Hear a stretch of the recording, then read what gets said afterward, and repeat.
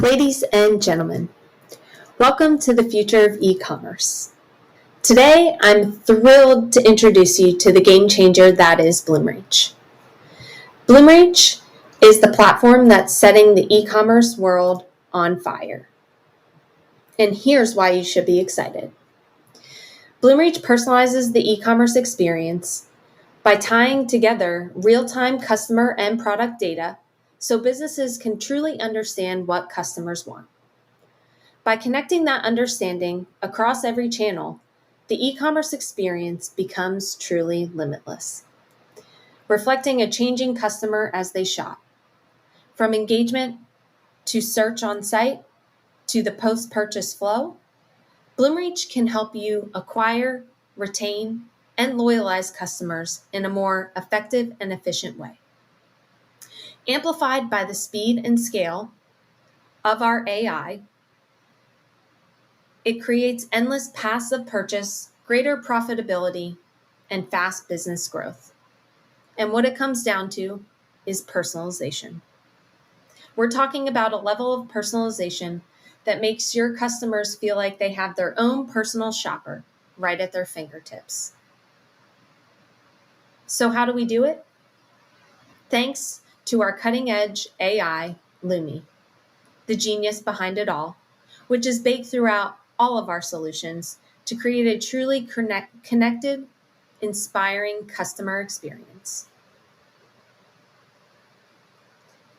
By tying both customer and product attributes together, it's like having a crystal ball and you knowing exactly what your customer wants when they want it, making you the hero out of the whole thing.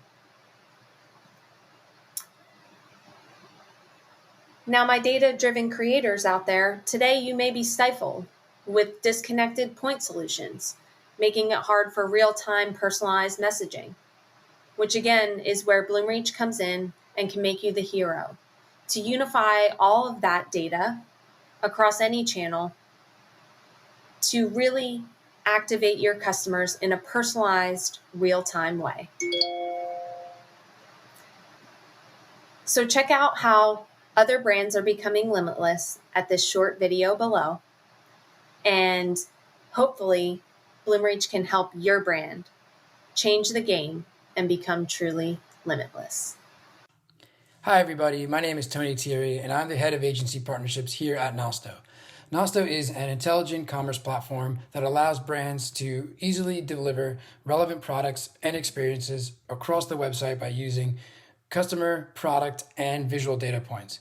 Now, we're super excited to be a sponsor of the 2023 Ecomm Forum, and I could not be more excited to finally be back over here. I think it was 2019 was the last time I was here, and I had to leave the room after the bagpipe performance because I went to go cry in the bathroom. It was just so beautiful. I hope that doesn't happen again. At this point, there's no way to tell. There's just no way to tell. Anyway, if you see me around, please come say hello. Otherwise, I'm super excited to meet you all. Looking forward to it. Thanks. Hey, Delia from Just Uno here. Wow. It goes without saying, we are genuinely stoked to be a proud sponsor of this year's Ecomm Forum and a continued friend of Irish Titan. Just Uno is one of the leading website conversion rate optimization tools that's trusted by some of the best brands and agencies out there. We've been known to be able to increase all the important metrics you care about associated with making the most out of every new and returning visitors alike. On behalf of everyone here at Just Uno, welcome to the best damn ecom show out there, and we wish you continued success this holiday season ahead and beyond. Woo!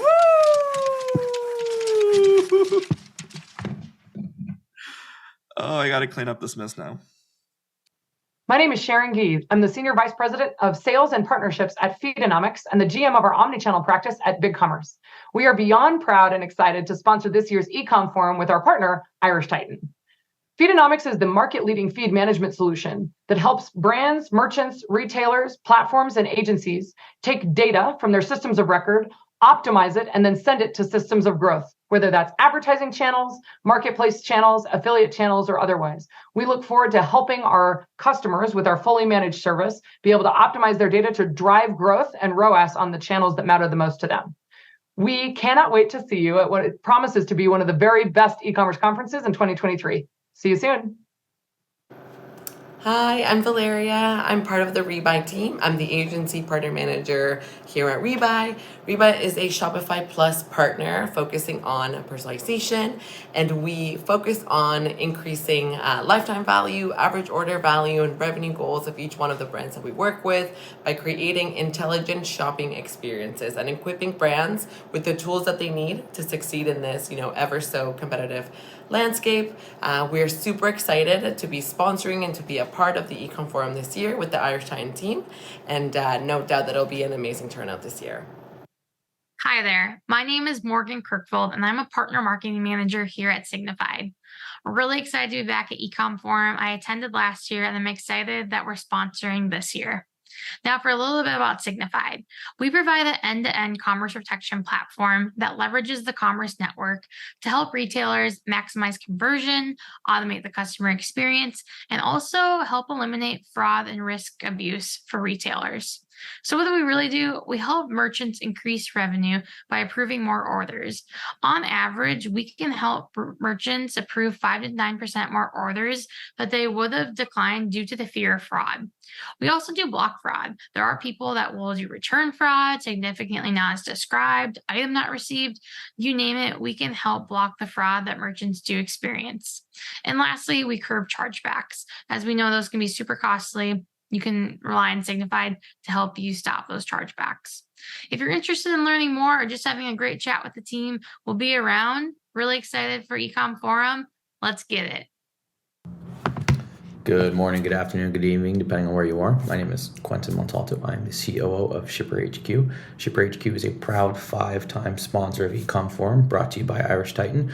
This year in particular is going to be a very special one, not just because it's on a Friday the 13th, October 13th, but the fact that we have gathered together a group of the leading e-commerce professionals to talk shop. So this is a show where you can learn something new, you can stretch an idea, or you can just listen to Bagpipes and see rousing presentations from these thought leaders.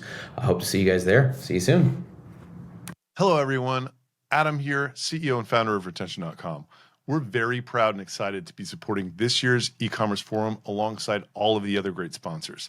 A little bit about us. Retention.com is on a mission to give D2C brands their power back by solving the site abandonment problem. Our technology converts your online store's anonymous web traffic into real paying customers. We can help identify up to 5 times more site visitors and pass you their emails so that you can retarget them and grow your email list like never before. You probably didn't know that as of April 23rd of this year, Klaviyo can only track your web visitors for 7 days. Their tracking pistol used to last for 2 years. We can extend Klaviyo's tracking back to 2 years again, and your abandoned cart revenue will skyrocket. Our tech's trusted by brands like Warby Parker, Dr. Squatch, and True Classic, and integrates with whatever your tech stack is, for instance, Klaviyo or Attentive. We wish you continued success this holiday season, and we're excited to be with each of you, learn about your business, and hear what you're seeing in the market. Look forward to meeting all of you, and please reach out on LinkedIn at Retention Adam if we miss each other. Have a great day.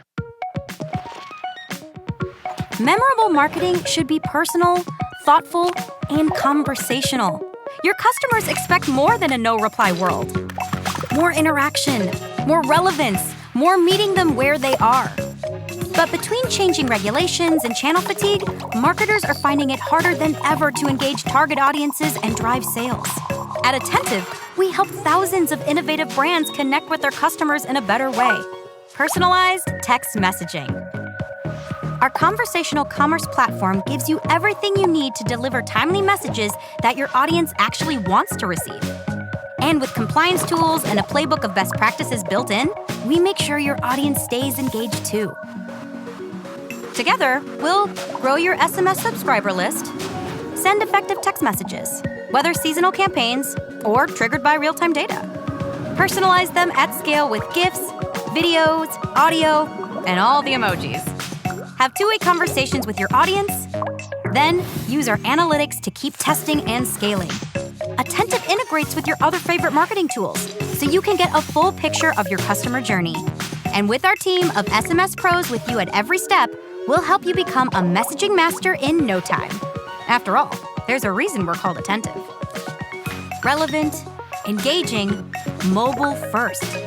That's personalized text messaging. Meet your secret weapon to cut through the clutter, grow brand love, and drive more sales.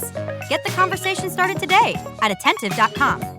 Hi, my name is Jason Nias, and I'm General Manager of Shopware, a market-leading e-commerce platform purpose-built to help the mid-market merchants.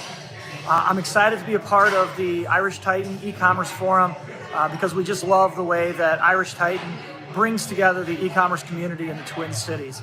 And I'm also excited today to be doing it from the Irish Titan booth here at The Local, a restaurant here in the Twin Cities.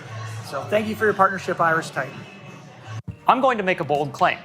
BigCommerce is the only e-commerce platform you'll ever need. It didn't matter when we were tiny and a startup, BigCommerce worked. And when we were doing north of 9 figures of revenue, BigCommerce was still working for us. BigCommerce's flexibility with the open APIs and integrations has really been valuable to us. Ecom is central to our strategy, and BigCommerce being our ecom platform is a central part of that. BigCommerce is enterprise e-commerce simplified. Hi, my name is Jacob Tuman, and I'm a Strategic Alliance Manager with Avalara. We help companies of all sizes automate tax compliance that improves accuracy while reducing costs.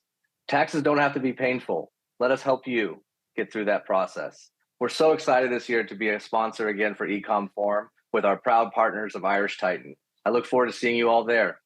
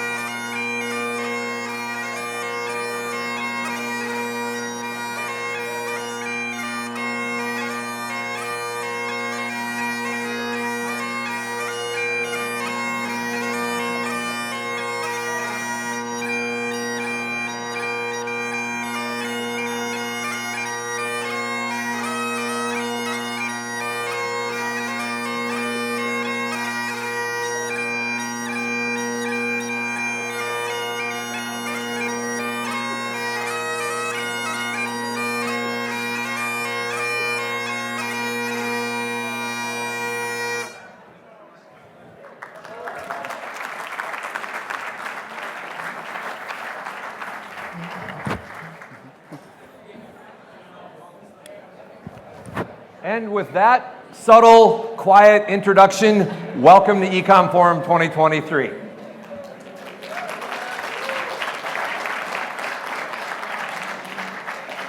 This is our frothy little three-ring circus where we celebrate e-commerce achievements to date and inspire those yet to come.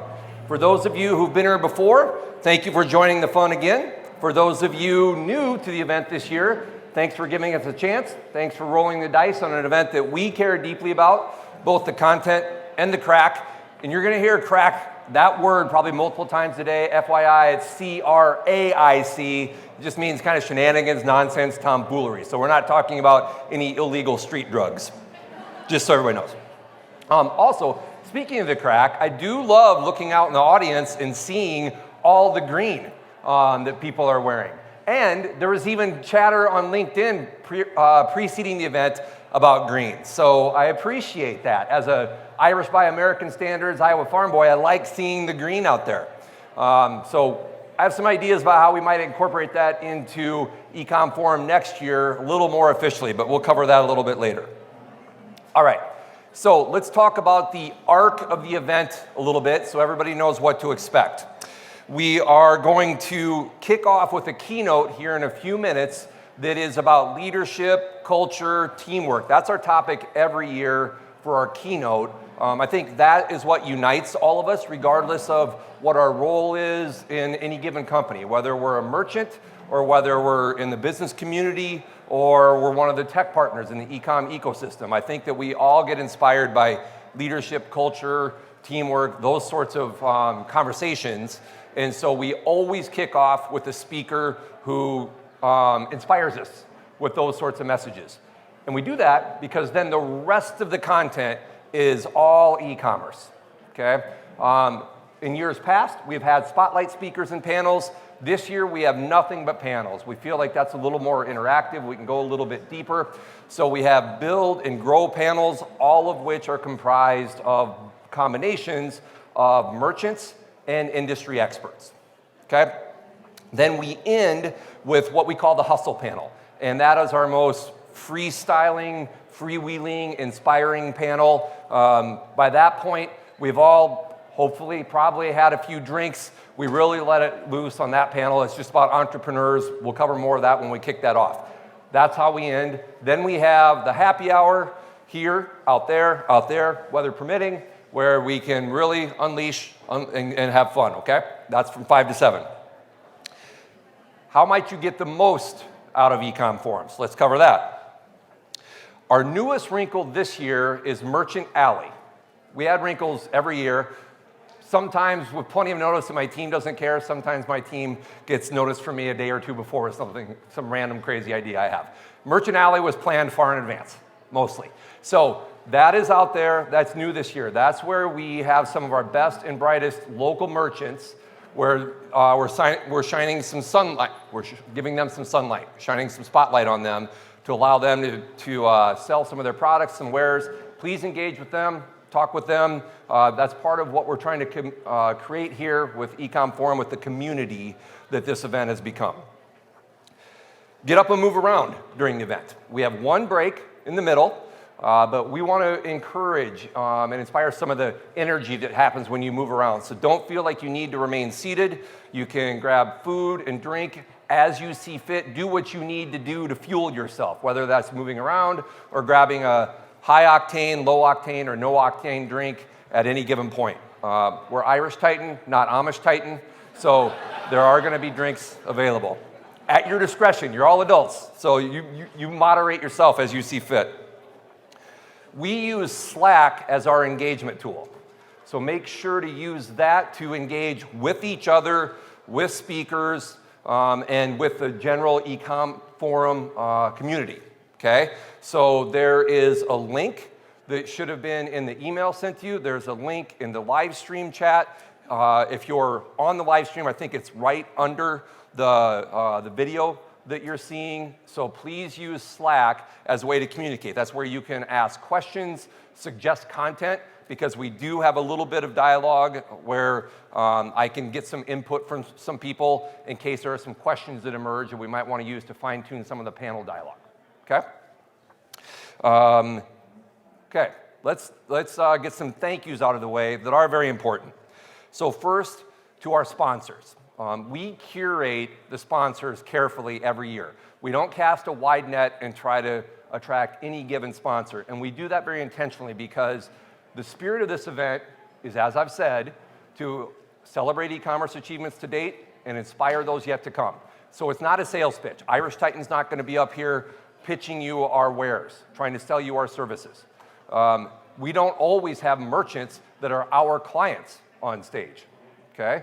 So it's meant to celebrate e-commerce achievements to date and inspire those yet to come. Our sponsors need to reflect that. So we curate those sponsors, and most of those sponsors have been partners and I would call friends for a long time now. For any of you Simon Sinek fans in the audience, you know Golden Circle. You might know the how part of the Golden Circle. Our how is partnerships, not transactions, and our sponsors reflect that with Ecomm Forum. So a big thank you to them for all the support that they put into the production quality of the event and the fun that we try to have. Secondly, thank you to former speakers and panelists, because we have a number of them in the audience, we have a number of them on the live stream, and to me, that's a reflection of the event that we're trying to create and have tried to build over the years and want to continue to build going forward. The fact that former speakers are almost alumni, we try to create sort of a Justice League feel of speakers. And I'll say Justice League, not Avengers, come DC, not Marvel. So we appreciate the vibe that those former speakers reflect by being part of that.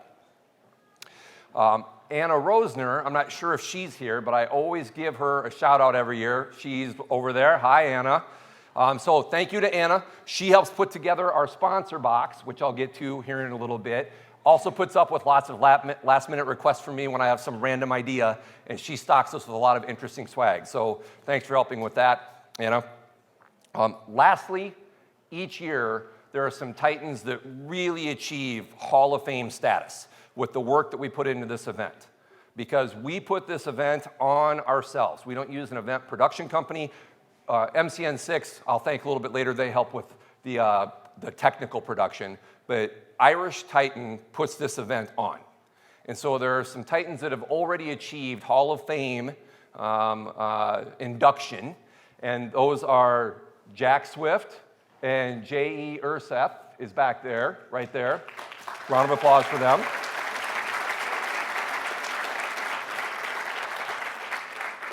We have two new inductees this year, though, into the Ecomm Forum Lifetime Achievement Hall of Fame, Jesse Stone and Becky Koberger. They now...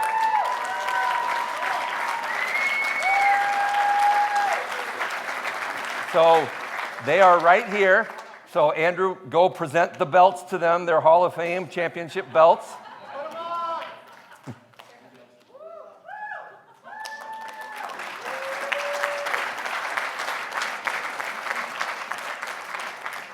The way you achieve that Lifetime Hall of Fame is years of work in this event. So they have been helping with sponsors and production and the overall experience for years now. So thank you, both of you. All right, fun and unique, right? So one of the ways we describe the event is to celebrate e-commerce achievements to date, inspire those yet to come. I've said that ad nauseum. But the other way we describe it a little more informally is that it's high content, high energy. So what do we mean by that? Well, one of the ways I think about it, especially as we came back to live events, is if you fill a whiskey barrel full of e-commerce content and then dump 35 KISS concerts, which is what I've been to, into that, over 20 Irish fairs, which I've been to, into that, and then a few drops of Saturday Night Live with the live streaming, that's what Ecomm Forum is. Okay, so that's why we have live Irish music going out there. That's why we have some theatrics and showmanship, like the championship belts.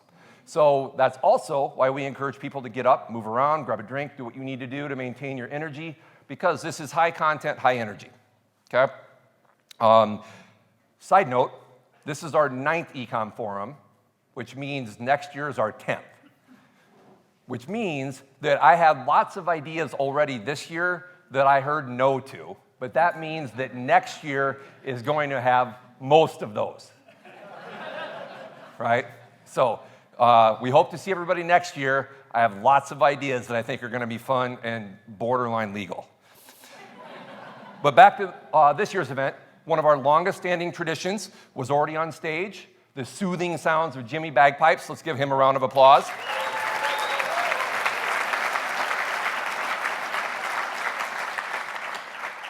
We have fidget cubes, rubber duckies, things at the table to occupy people who have that kind of nervous energy. I'm one of those, so if I'm sitting around, that helps me kind of remain focused if I have something else to distract me, if that makes sense. We also brought back Heather Willems, who is out there from Two Line Studios. She's a visual storyteller. This is third, fourth, maybe fifth year she's been part of the event. So if you've been here before, you've seen her whiteboard visual storytelling. So that's not a verbal typo, visual storytelling. And so what she's going to be doing is throughout the event, her team is going to be listening and drawing, maybe redrawing the content and the story of the event. So if you visit the social listening wall that's out there, everybody walked by it, unless you came in some other door, I guess. But if you go visit that, they'll capture your story as part of that, and that's going to be released, their work, their art is going to be released in a week or two. Okay, so that visual storytelling is something that adds to the experience of the event and helps us absorb some of the content. We have green baseballs on the table, and we'll get to those a little bit later, but in case you see them, they're there for a reason. And there was live Irish music from the Center of Irish Music. So Nora and team have been part of this event for a few years now. So let's give them a round of applause.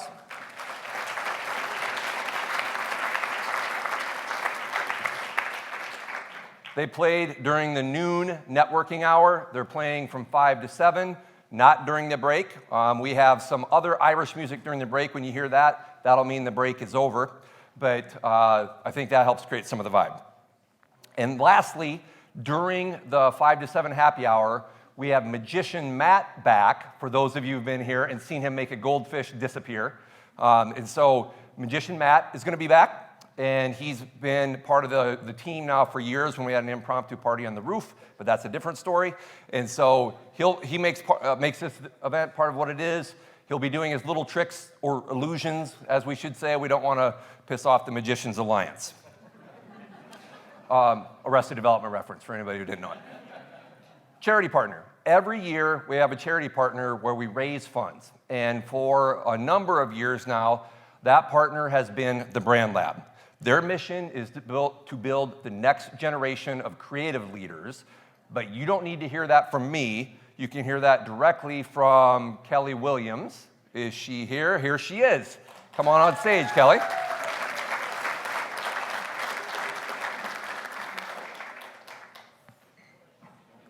Is she mic'd up? I didn't think of this. Randomly mic'd. Thank you. Thank you, thank you. You're welcome. Can you hear me? Beautiful dress. Thank you. It's green. That's all right. I was given the assignment. Green is part of my personal brand color, not a BrandLab brand color. So I'm Kelly Williams. I am the CEO of the BrandLab. We're a nonprofit, and we are on a mission to change the face and the voice of the marketing and advertising profession. When I say face, I'm talking about visual diversity of people from a race and ethnicity perspective. When I talk about the voice, that's about saying, bring your whole self, everything that makes you you, your race, your ethnicity, your background, your education, your family origin, everything to the workplace, because as creatives, we can do more with diversity of thought. So the BrandLab is headquartered here in Minneapolis. We also work across all of the Midwest with a focus on 4 separate pillars. Our 4 pillars are equity, exposure, access, and opportunity.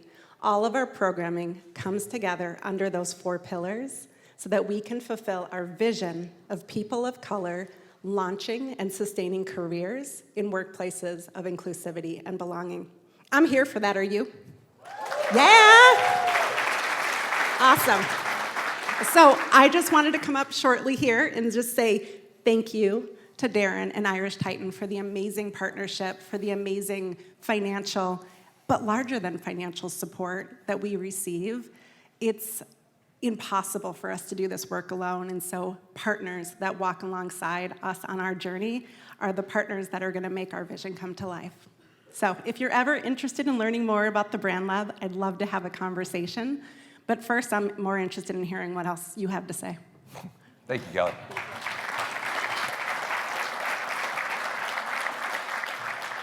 So let's do our best to support their mission. You can donate to the BrandLab via the link that's in the live stream and in the Slack, or at their website, thebrandlab.org. Great organization. I met Kelly only a few months ago. She's relatively new to the organization. We hit it off. She's great. Powerhouse, very inspiring woman. All right, so let's move on to a little bit of the state of the Ecom Union. Every year, a theme magically presents itself with where we find ourselves as an industry and an economy. So a few years ago, it was e-commerce has finally become widely adopted during the early stages of the pandemic. Last year, there was a theme that emerged around the slowdown in e-commerce, some of the unfortunate layoffs in the industry. So you might think that this year's theme would be maybe the economy or inflation or some of the geopolitical tragedies we're all facing and how that's impacting us. It could be, but I think we need to dig a little bit deeper to find the message I think we should all walk away with.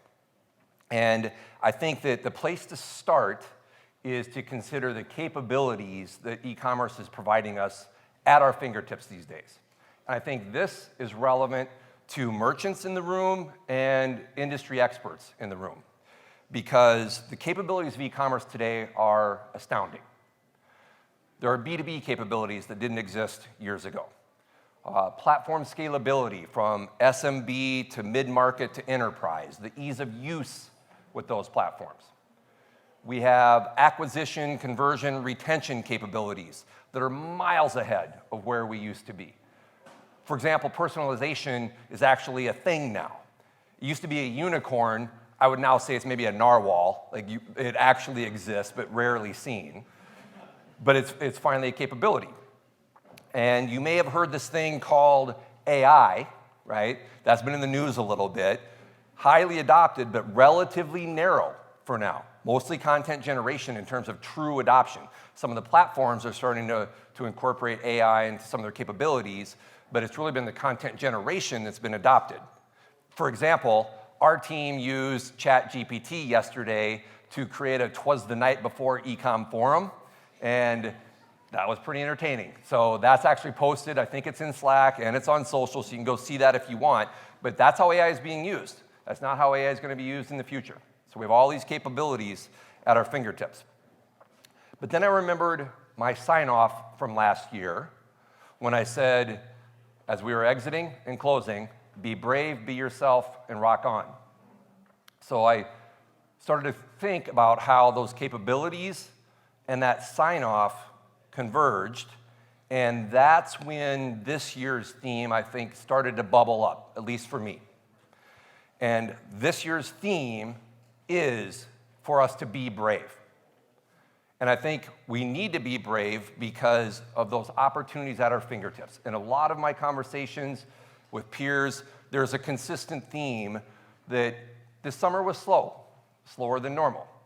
And it started to pick up. We're all busy, but there are still few and far between brave decisions being made. And I think we need to challenge ourselves to make those brave decisions for a few reasons. One, there's no better time than now to make these brave decisions. Holiday shopping online is happening earlier every year. In fact, I was on a panel a few years ago and I said, I don't really know why we even have Black Friday, Cyber Monday anymore, because we have the internet at our fingertips all the time. Why are we planning for that so much? And it's because of the consumer behavior, and that has now changed. I'm looking at a few stats that I have here. 41% of online shoppers say they began holiday shipping before October. We're already in October. 22% said they were going to begin in October. So that means 2/3 of online shoppers will begin shopping before the end of October. No better time to start than now.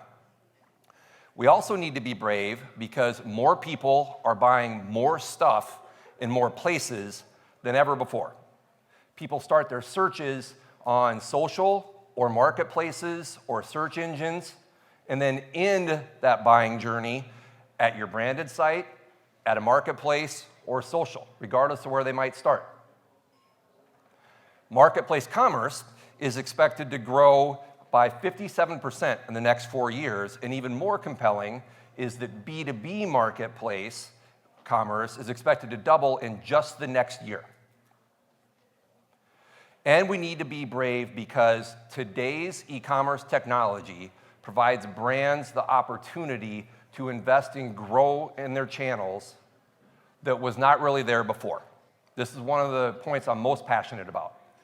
In the e-commerce 1.0 era, as I like to call it, the rule of thumb was for merchants to allocate about 2% of their GMV towards their platform fees. That's now changed. It's now 1/4 to 0.5%, which means merchants have 3/4 to 7/8 more budget of that original 2% take to allocate towards growing their brands, those acquisition, conversion, retention strategies that I talked about. One more stat, the ROI on a tech stack, an e-commerce friendly, future-proofed tech stack is 211%, and the payback period is 8 months. So we're gonna have brave examples on this stage today that reflect that and hopefully inspire that. We're gonna have big brands that are making brave decisions. We're gonna have solopreneurs and side hustles who are making brave decisions to rob time, talent, and treasure from family, friends, and tomfoolery to try to build an e-commerce brand. So if they're being brave, I think we should all be brave. That will make our businesses better, it'll make our communities better, it'll help our families. So what I want everyone to walk away today with is to challenge ourselves to make brave decisions. It's in us and it's worth it. And that's my State of the Union this year.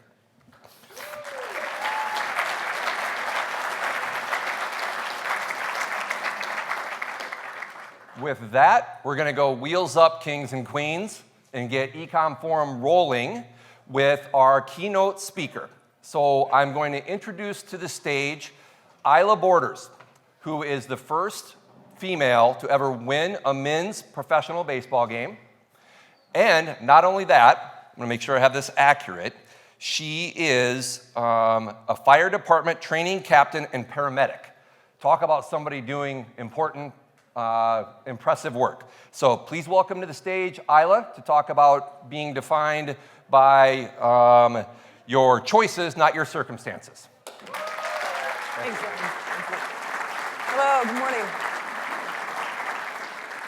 Hello, thank you for being here. It's awesome to be here. I came out to Minnesota when I was 21 years old, born and raised in California. I was coming out to try to make it for the St. Paul Saints, and I'll never forget my face. I came out here, got off the plane, and I was just in awe. I've never seen so much green before. I couldn't understand why there were no fences in between the houses. There actually people liked each other. Everybody was so kind, and they loved baseball. That was the first time in my life that I've ever been cheered. So to come here today and get a green baseball, this is genius. I feel right at home, so thank you. Like Darin said, my background was in baseball. Usually I tell people that, and they're like, oh, you mean softball.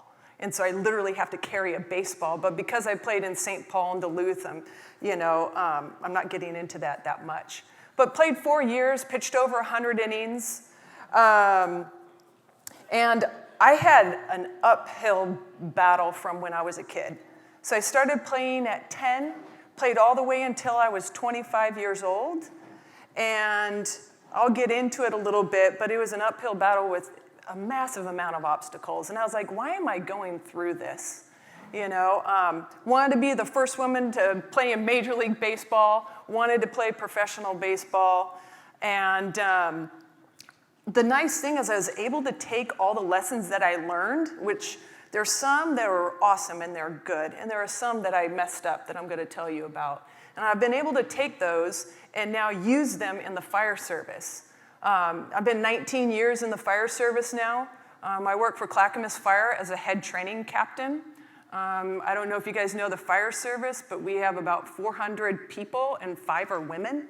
So to also have a woman in a leadership role, being a training captain in the operations level is very unheard of. And I attribute that to all the lessons that I learned in baseball. So that's what I'm hoping to talk about today. I call it defined by your choices, not your circumstances, because like I said, the first one was, this is what I had, something like this in my room when I was 10 years old and I was growing up. My uphill battle first was I was a female, and no girl has ever played professional baseball before. And so I was like, how do I do this? How do I get there? And the first thing that I did with my father, who played for the Dodgers in the minor league system, is I had to see myself there. And so I had something like this in my room, and I would look at it every single day. And so my dad was like, okay, Ila, let's go down to Little League. Let's sign you up. We're going to have you start playing Little League and play baseball. So my mom and I, we go down there to Little League signups. And this is not this day and age. This is like 20 years ago. So we go line up, and there's a line from like here to probably that heater. Just big, long line signups. This lady comes up to us, and keyword, it was a woman. And she's like, she went up to my mother, and she's like, oh, the signups for softball are over there. You know, this is baseball. This is for little boys. You know, your daughter needs to go over there. And my mom's like, no, my daughter wants to play baseball. She can play baseball. And, you know, this lady gives a big face, like, what are you talking about? Like, you're obscene. You shouldn't let your daughter play baseball. And so after a while being in line, my mom had 2 other kids with her, young kids. This lady comes up and says, hey, how about you come back tomorrow? You can bring your daughter here. There'll be a smaller line. Come back in the morning. You can sign her up. Of course, my mom, you know, she had me when she was 18, very naive, didn't know. We went back. Came back the following day, nobody was there. And I was obviously 10 years old, really upset. This lady lied to my mother about signups.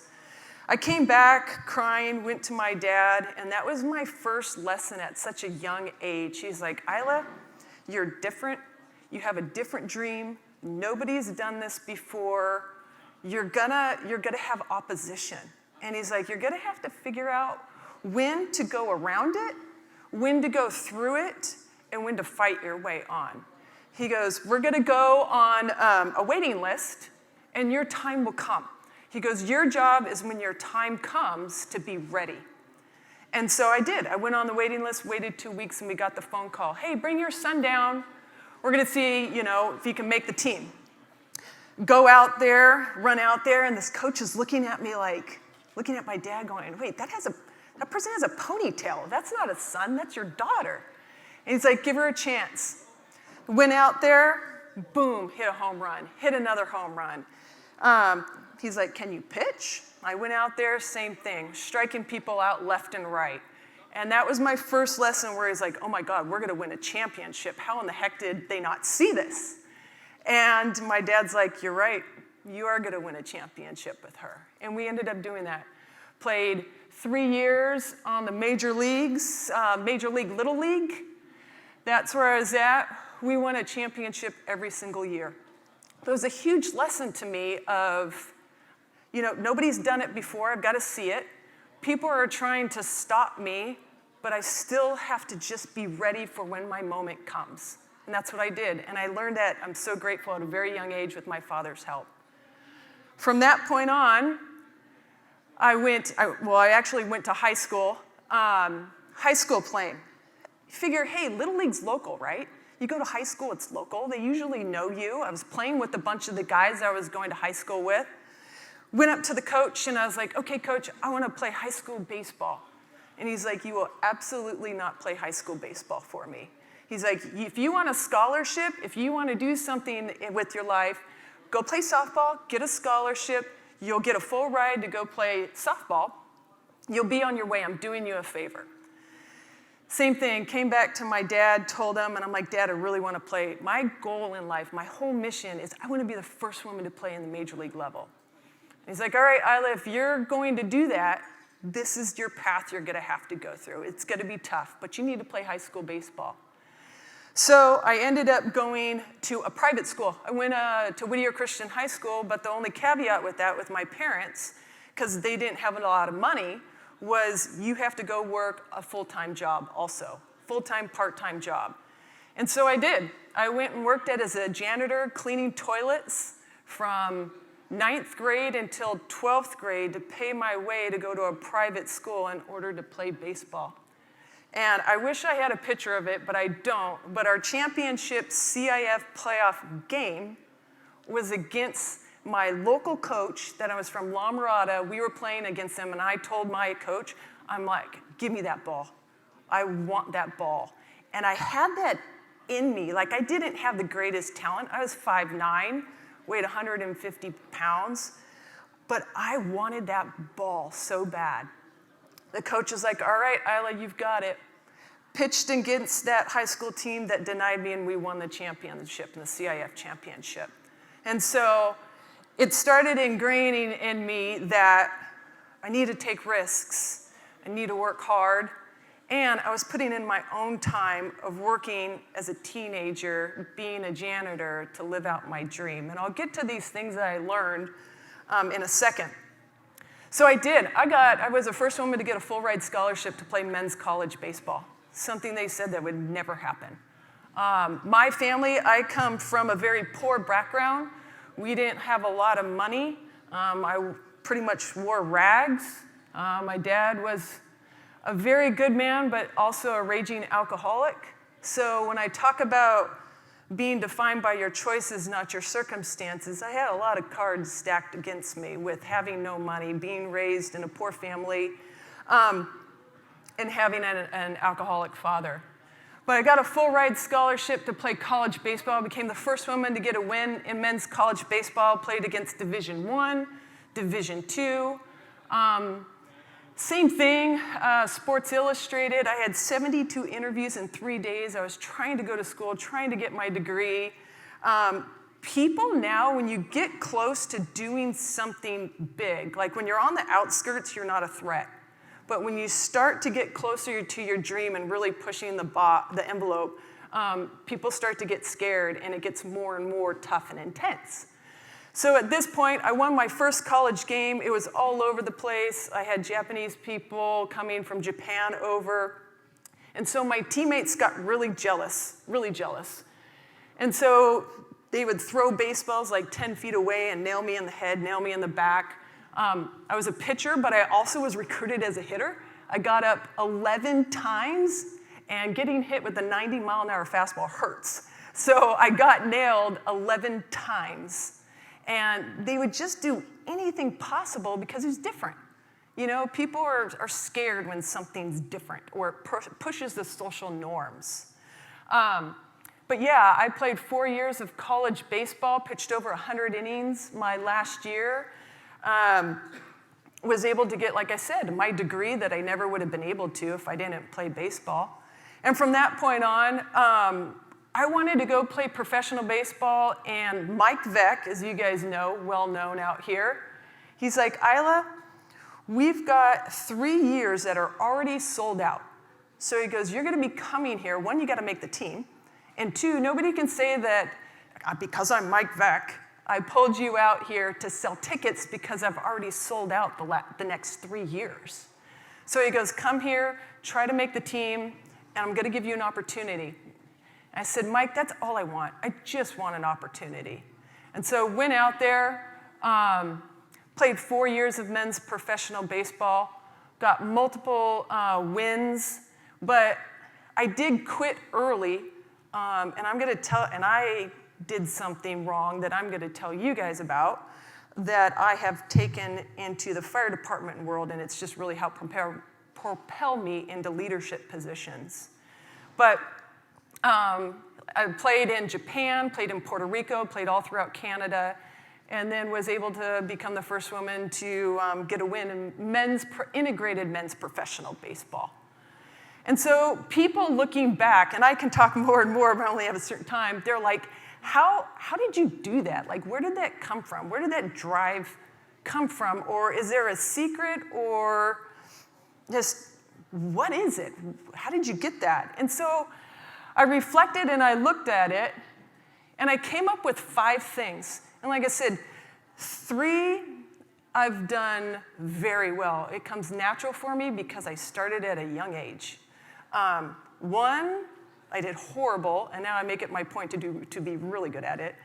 And the last one is it's a constant battle. I'm battling it right now, and I'll tell you what that is. So the first one is, people can call it whatever. For me, it was, what is my purpose? What is, people say, what is your why? What is your passion? Whatever you want to say it. For me, when I was 10 years old, I knew that I wanted to become a professional baseball player and the first woman in Major League Baseball. So when I had these little setbacks, it wasn't a big deal to me. It was just like, okay, I started at my end game and I worked backwards. And I do this with every goal that I have now. Where do I want to be? And then I'm right here. This is where I want to be. So if I make little strides there and I have a little setback, it's okay. I know I'm going to eventually get there. And so that's what helped me when they would try to beat me up. I don't want to get too deep. Anything that you can think of that you can do somebody has been done to me. They've tried everything.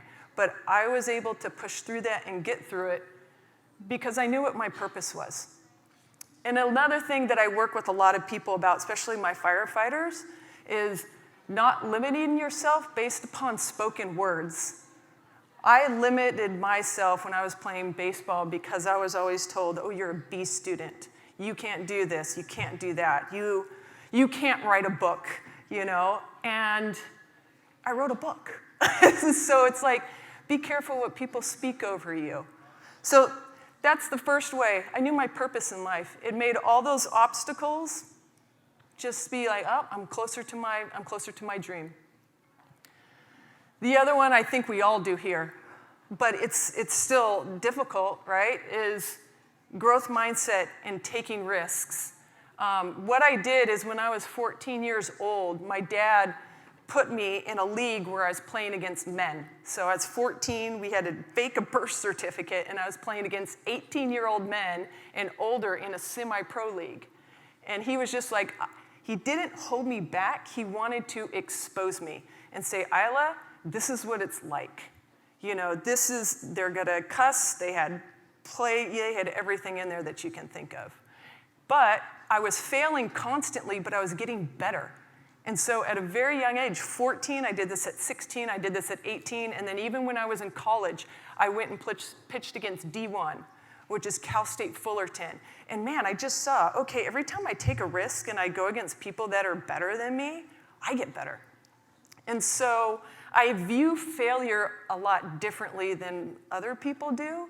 I just know that in order to be successful, you have to have failures. As long as you don't make it twice, I'm moving in the correct direction. And so I work for Major League Baseball, and I don't know if you guys know this, but the first thing that they do with their prospects is they make them fail. I'll never forget Kim Eng is a really good friend of mine, and she was talking about Bryce Harper and talking about these other people. And she's like, Ila, the first thing we do is we get them in there, and we have them fail miserably. Because there's a bunch of people that can't recover from that, a lot. And she goes, we get 50% of the baseball players are immediately gone because they've never experienced failure before because they've always been successful.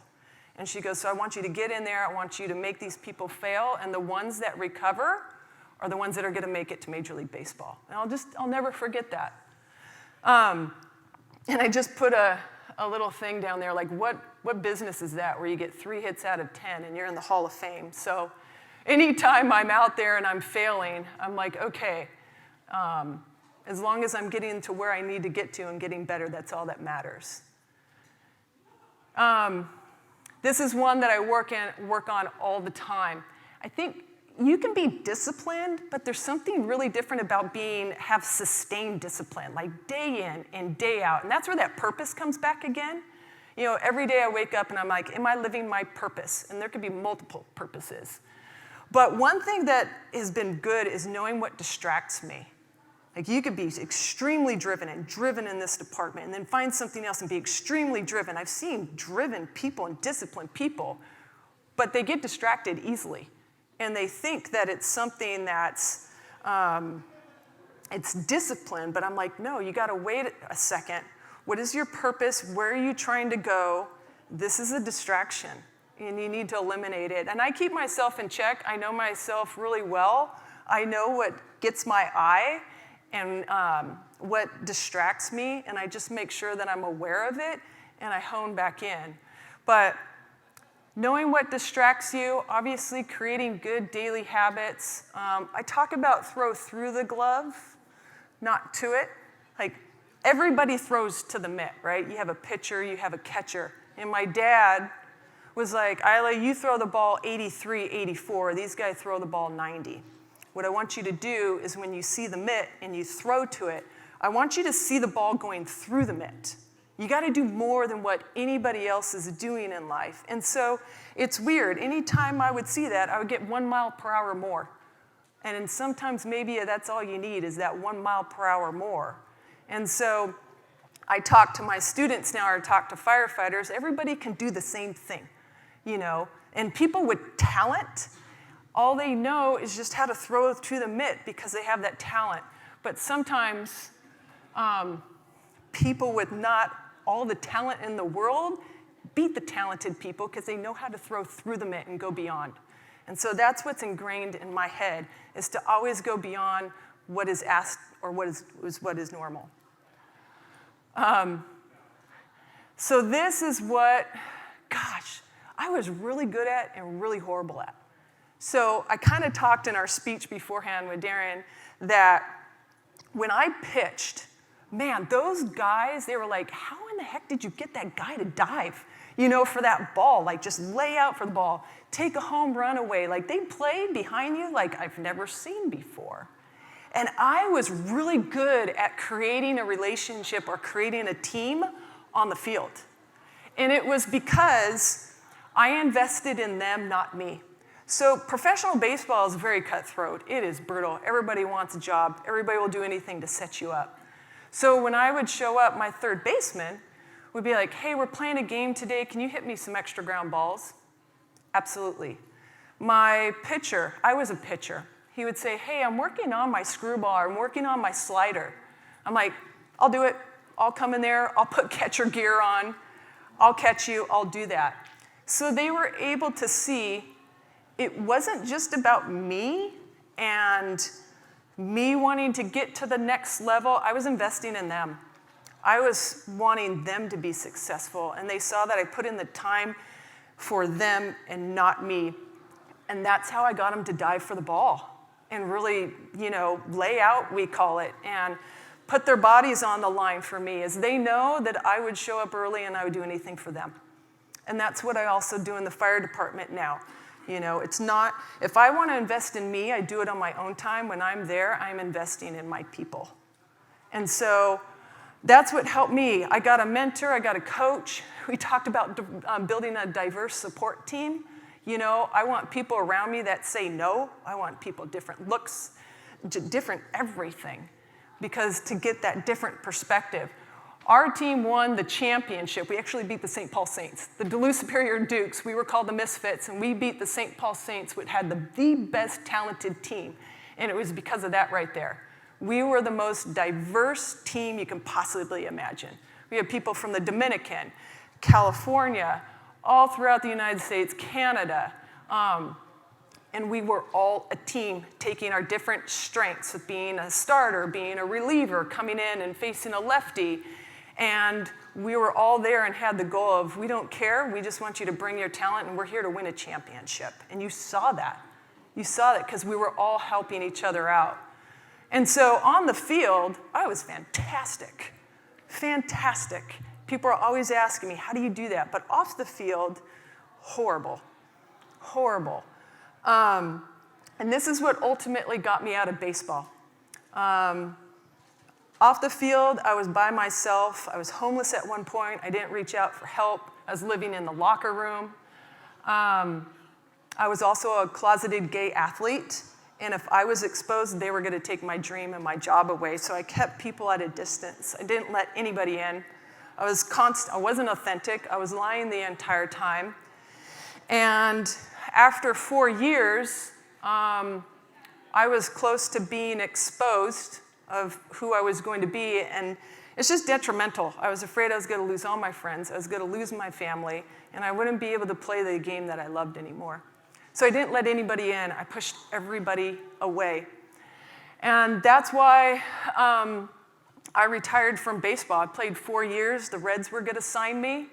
And I was just like, man, that media is going to be too intense, and I'm going to be exposed, and I can't do that. And so now the number one thing that I do with people is I'm like, this is who I am. This is what I believe. Being authentic, giving grace to people, and having candor. So I built my inner circle around me because something really big in my life happened, which I'll get to in a second. And the people that saved me were my team.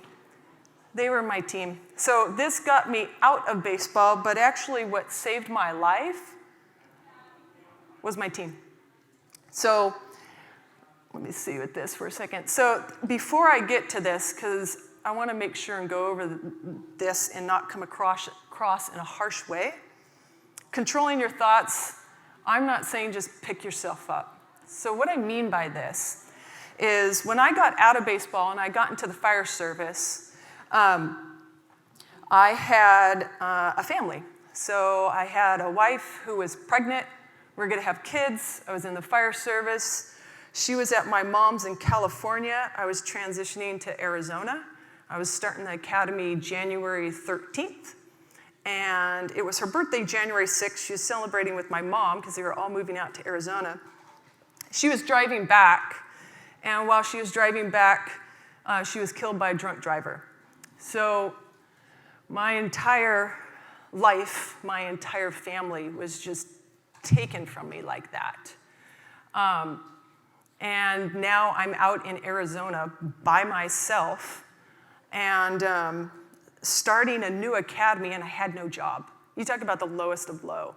So when I talk about controlling your thoughts, there are some times you cannot. I'm talking on this surface level. You know, I needed to get help, and it's okay to get help. But I know pain. I know severe pain. And so I lost my family, but the people, like I said, that saved me was the fire department. And that's why it's so personal to me. To be in the fire service is, I didn't do it correctly when I was playing baseball, but as soon as I got out, I'm like, I need to build my inner circle. I need to have people around me that know me. I'm completely open, have my back, make me a better person. They look different, they're not all the same. And that's what I did as soon as I got out of baseball, and I built that up. And so when that happened, those are the people that saved me. And I'll never forget that. So that's why it's extremely important now, my inner circle and my team. But when I talk about controlling your thoughts, I said I do 3 really well. My purpose, I've got that. Growth mindset, I've known that since I was a little kid, really good at that. Discipline, oh my God, probably too much. I'm probably the most disciplined person you've seen. A lot of my friends smack me and they're like, hey, Ila, calm down. Managing or my inner circle or my team, that's my best thing now. I have amazing friends. I have amazing connections. I would do anything for my team. And that's why I'm so passionate about the fire service. I've had some other opportunities with Major League Baseball to go do some things, and I'm like, absolutely not. I want to be in the fire service. They saved my life, and they're my team. So that's why I stay there. But controlling your thoughts, this is the one that I have to do daily. I'm doing it right now. You know, stop comparing yourself to others. My best friend is a professional speaker. He said, that's all he does. He's a professional speaker. I look at him and I'm just like, oh my God, you're amazing.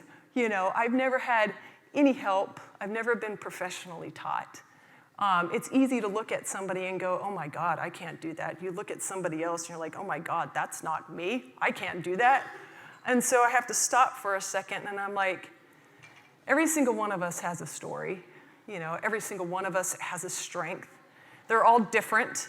And I need to constantly remind myself that we all have value and we all need to speak our story and our strength.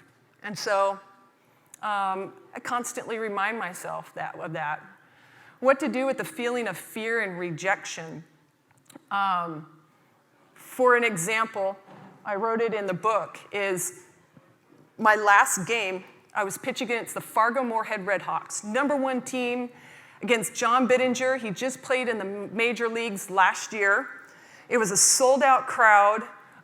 When I got off the bus, people had to form a human wedge around me because people were throwing beer. They were saying, go back to the kitchen. Then they were shoving baseballs, saying, sign these baseballs. And then 60 Minutes was there. And they're just like, I was like, oh my God, I am overwhelmed right now. If I go out there and mess up, I'm messing up for all women. And so I went into the bathroom because that was my little place where I could hide. I couldn't go into the men's clubhouse. So I go to the bathroom and these 2 women walk in and they start talking. Like, oh, I wanted to bring my daughter here, but I'm so afraid Ila's gonna fail. I don't want her to see that. So, I pull my feet up on the toilet and I'm listening. And it was all this fear. Like, I'm so afraid Ila's gonna go out there and mess up and I don't want my daughter to see her mess up. And so that triggered something in me. And it was like, I'm not gonna let fear take over me. I'm gonna go out there, I want the ball, I'm going to do this. And so I did. I walked out, I looked at them, I said something I don't remember, and then walked out. And it was a new person walking out of that bathroom. I'm like, watch me go. I'm gonna do this. Too bad your daughter's not here, because I'm gonna go out there and win. And I ended up going 6 innings. We were up 2-0 in Fargo. And the big win for me, we ended up losing that game in the 9th inning. But the guys came up to me and they're like, I think the biggest win is all those people that were throwing beer at you or saying go back to kitchen are now coming up saying, way to go, sign this baseball, and I should have brought my daughter. And so I just encourage you guys, like I said, we all have a gift. We are talking about being brave. We are talking about grit. For me, that's been my whole life story. This is what I taught when I first get my guys at the fire department. I go, what's your purpose? What do you want to accomplish here? What does it look like? 2, you better make some mistakes on the training ground. If you're not making mistakes and not trying to get better, that's not the type of person we want here. We want you to take risks so that you learn and get better. And then their discipline. I'm like, as long as you come in here and you work hard every day, what is creating that good discipline? Then as far as their team, it's all about teammates and supporting each other and being out there for each other. And then the last one is, there's a lot of fear in the fire service that people don't talk about. They don't want to make a mistake in front of their friends. And so what do you actually do with that fear? How do you go forward even when you have fear? And I always go back to, what is your purpose? So I could talk all day about this. I only have it's time. But I just encourage you guys out there to just always go after it. Make those mistakes. Push through fear. And tell your story. Don't hide from it. I hid from it for so long. And then finally, when I was able to get out there and tell my story and connect with people, it's just helped me so much. So I appreciate your time. Thank you.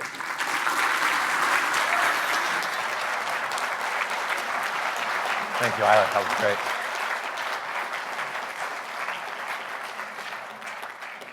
That is exactly why we started Ecom Forum, with a speaker like that, a keynote that is about leadership and inspiration. Talk about being brave. So very impressive, Ila.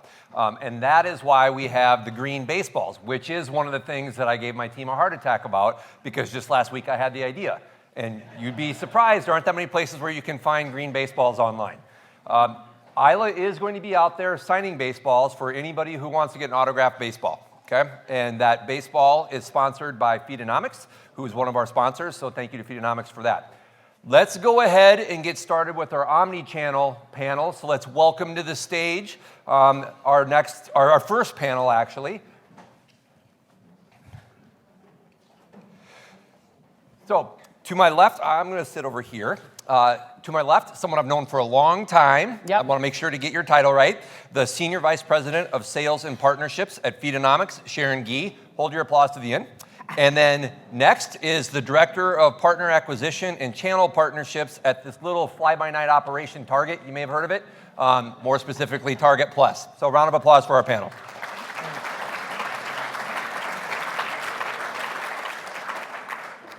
So we're going to be talking about omnichannel, and that is a bit of an inspirational concept too, aspirational, but also I think it's achievable now. So Sharon, let's start with you.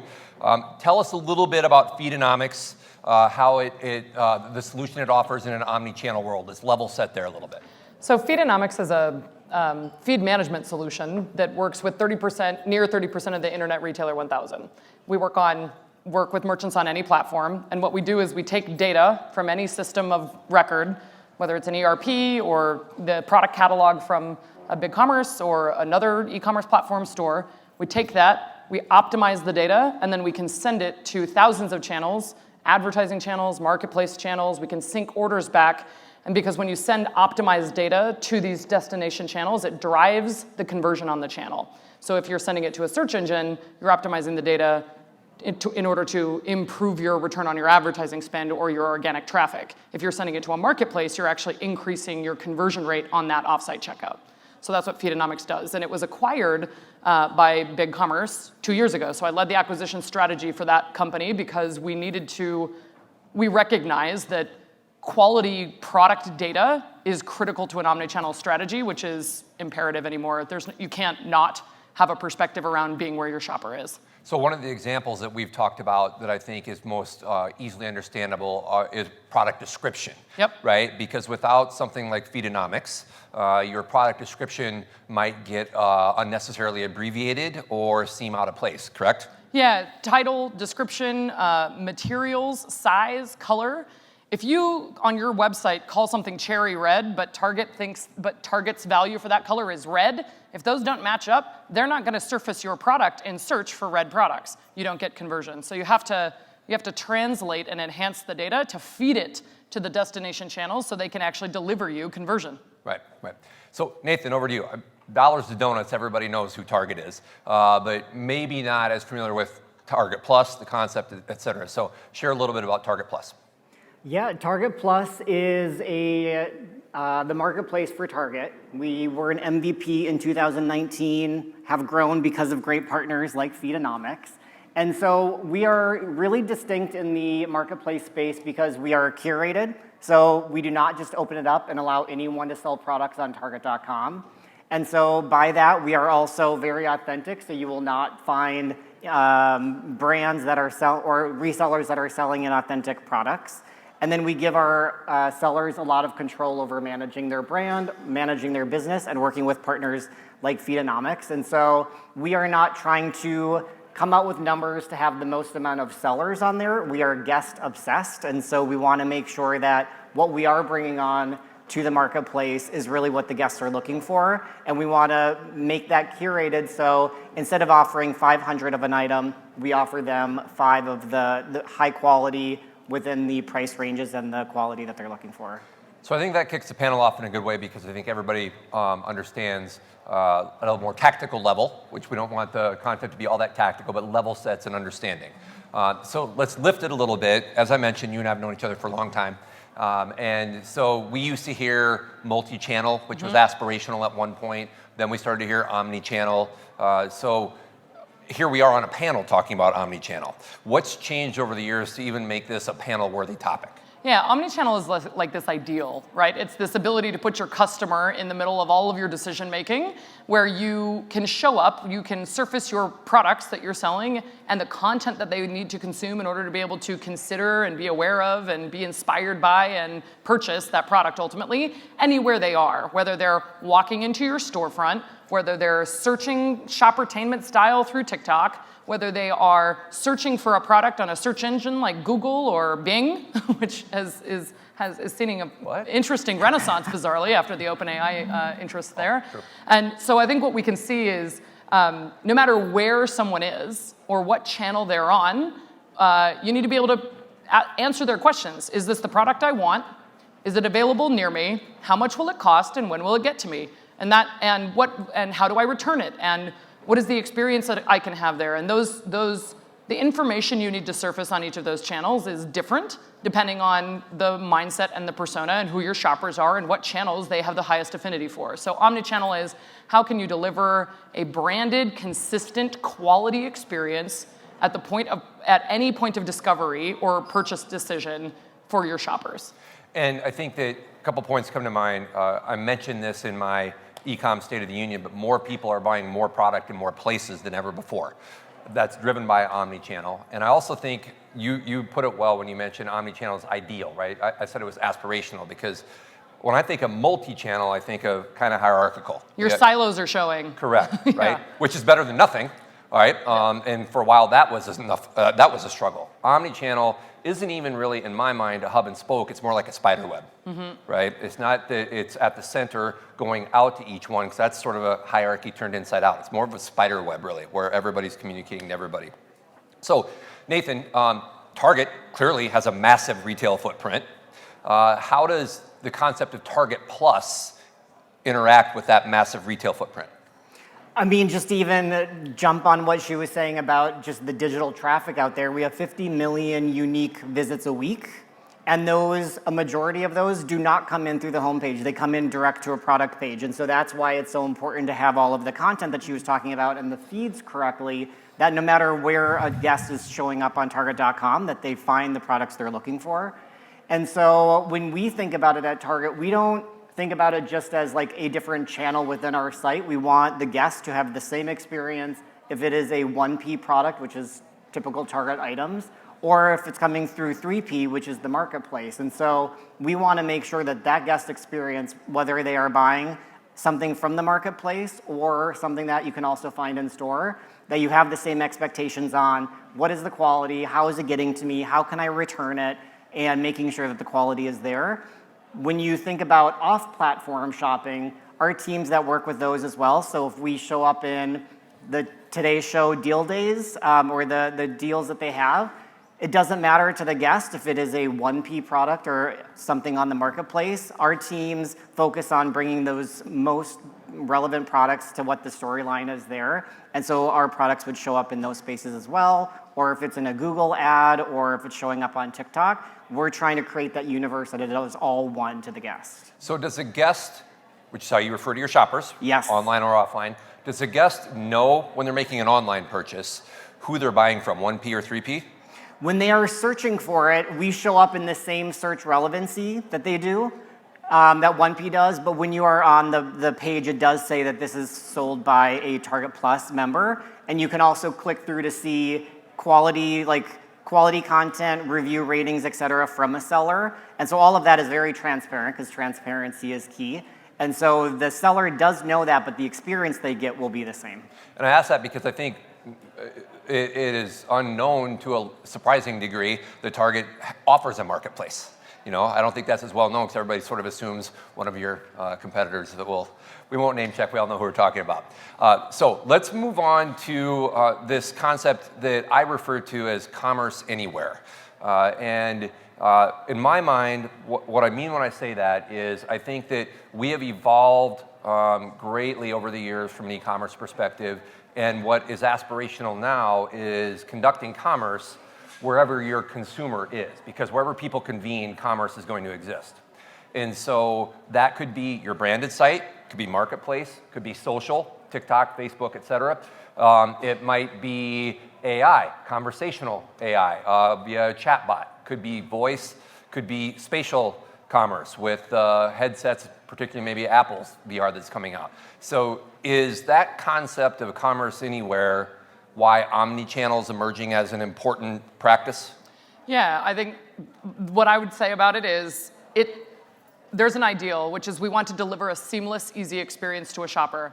The reality is making sure that you can connect all of the data that lives, inventory counts live in warehouses. You have to get that inventory count to that channel somehow in as near a real time as possible in order to make sure that you're not advertising against a product ad that doesn't have inventory.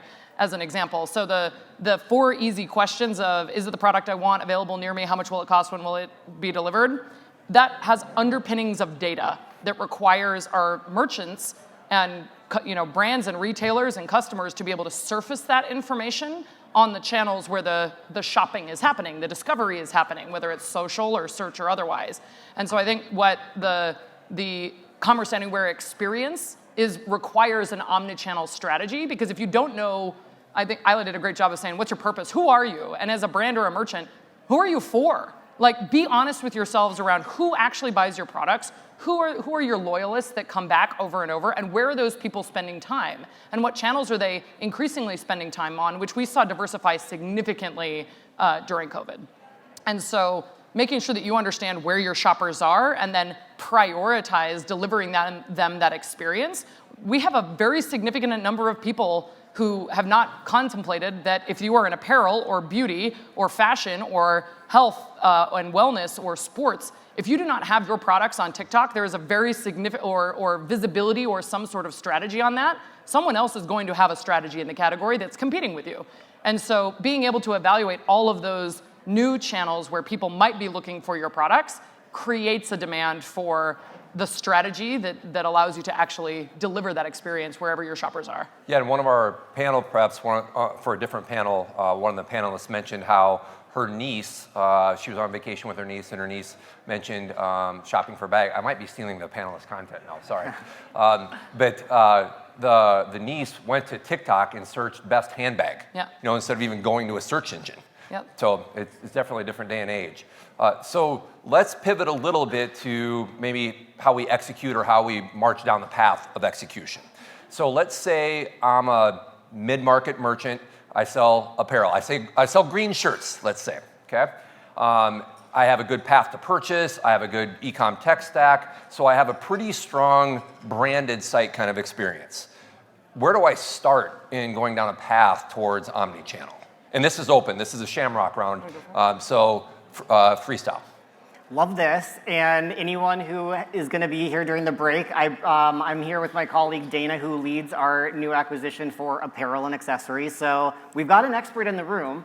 But when we think about it, it is, and actually it's funny that we're talking so much about social, because social relevancy and social brands is something that we really take to heart when we're evaluating who we want to bring onto the marketplace. Because while Target 1P may be large and it has, as you can imagine, with all of the different categories we have, it has a lot of priorities. And so we want to bring on socially relevant brands through the marketplace. And so we are constantly evaluating that, of how they show up. And so when we think about how do you do all of the sales across so many different places, if a seller is on TikTok and they are on other marketplaces, they also have their own store. That is why it is so great working with someone like Feedonomics, because they take all of that inventory, all of that information, all of the 3PL or however your fulfillment is set up, and they're the ones that help digest that information and make it really seamless to the seller. And so I would say that is my take on the green shirt that is sold at Target, but I would love to know your perspective as well. I think you need to know who's buying green shirts and where are they hanging out, and then exactly. So if Darin is scrolling TikTok to discover the most amazing influencers who are talking about green shirts, or, for example, apparel is a really good category in social, right? And so what's amazing is the creator communities that have been created in some of these social commerce areas. And we're seeing a lot of change in YouTube, in TikTok, in Meta, right? With Meta Shops and Shops ads. There's a lot of different strategies that you can take in order to make sure that the products that you are wanting to surface can appear in a unique and authentic way on those various different channels, whether it's partnering with creators who actually advocate for your products on your behalf to their audiences, or whether it's creating your own content because you are the expert in that perfectly created green shirt and articulate all the value properties around it. So, okay, so let's say that I'm selling on social. Yep. What problems might I be facing if I don't have, and again, these aren't sales pitches, but if I don't have a feed management solution, if I don't have the right kind of tech stack in place to make omnichannel work for me, what sort of thorns are going to be in my paw? Well, a huge amount of time, right? If you're not using a solution, like you have to manually upload CSVs to the channel with optimized data, or you have to accept completely non-optimized data piped over on a dumb pipe from your e-commerce system, right? Because there's no optimization in the middle. So the challenge is, if you're gonna surface a green shirt on your direct-to-consumer site, it might say Darin's Irish Titan shirt. But it might not say Darin's Irish Titan shirt in shamrock green, size 7, men's size 12, or whatever, or extra large, whatever the size is, right? That's search. You said the word search relevancy, which is like, that's the magic word. We have to optimize that content before it gets to a channel, because otherwise you're not getting the free traffic you are owed for the product you are selling, or optimizing the return on advertising spend that you're actually putting on that channel. And so that's an area where feed management in general as a practice, whether you're doing it manually by taking your data, optimizing it, and then uploading the spreadsheets that actually allow you to do that, or doing it in a more automated way because it takes a really significant amount of time to do it if you're doing it across multiple channels, wherever your shoppers are, and sometimes for multiple brands in multiple languages, as an example. And I will even add on to that, not as a pitch, even though we're kind of sounding in love with each other today. But one, if you are on multiple marketplaces and you are trying to not go through someone like Feedonomics, this marketplace will call something red, this one will call it cherry red, this one will call it fire engine red. And because the attributes get so complex, especially when we're thinking of apparel, the experts are at the channel partner, and so they will help set you up. So you're not uploading a CSV file with 1,000 items and it gets rejected because the attributes are not matching what that platform is expecting. So let's land the plane talking about a bit of a blue sky scenario. So blue sky, you're using a magic crayon to create your perfect scenario. What does Commerce Anywhere, what does Omnichannel look like in a few years? We'll start here. I think seamless, like I was agency side for like many years in New York.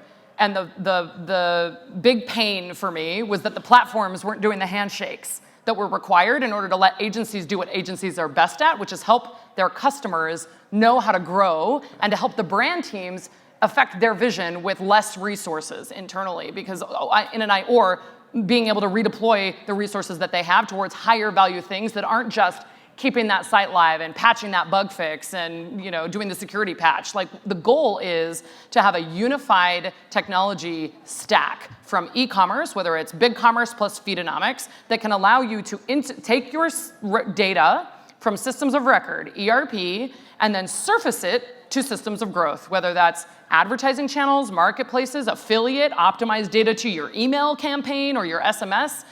There's lots of technology providers in the room that require optimized data to deliver a seamless experience.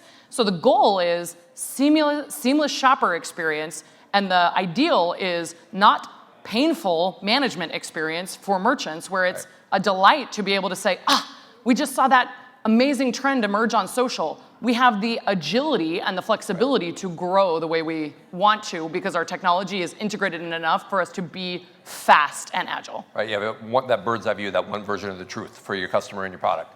Nathan? And I will say the flip side, because I love that you're focused on not making it painful for the merchant. I'm thinking not making it painful for the shopper, or as we call it, guests. If I am looking for 25 things to purchase this week, I can build my shopping cart as our guests do, and they don't just come on site, buy one item, and check out. They really do have that committed relationship, and they're building that over time. It shouldn't always matter, what is my fulfillment? Do I want to pick it up in store? Do I want it delivered within 2 hours with shipped? Do I want it sent to my house if it's a custom t-shirt? We just want to make sure that they can get all of that quality items first and foremost, and then figure out the fulfillment after. And so I just think creating the most seamless shopping experience for the guests is going to be my green sky future. I almost corrected myself. Thank you for that. Okay, so with that, let's give a round of applause to our first ever Omnichannel panel. Thank you. Thank you. You guys should say Jeff. Yeah, thanks so much. Thank you, Nathan. Thanks, Jeff. All right, as our next panel gets seated, we're going to do our first little prize giveaway. Those of you who've been here before know I like to do this kind of thing. So we're going to start with a chef's dinner to the cutting room at the local West End, which is one of our on-duty Irish pubs, if that description even makes sense. So what we like to do is give that prize away to the group that has the largest number of people here, and we're talking local. So is there any merchant, any employer, any company that has 3 or more people here? Okay, we have a couple, right? What about 4 or more? Stand up if you have 3 or more from your organization. I'm going to move a little bit. Okay, now sit down if you have, stay standing up if you have 4 or more. Is there only one? Not counting the people standing in the back. Do we have one group standing left? Is that right? All right. E-Tail Systems, they get a gift certificate for a chef's dinner at the local West End.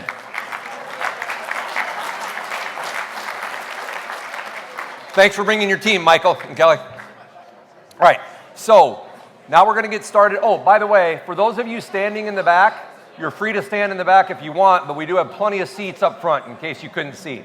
So feel free to move forward if you would like.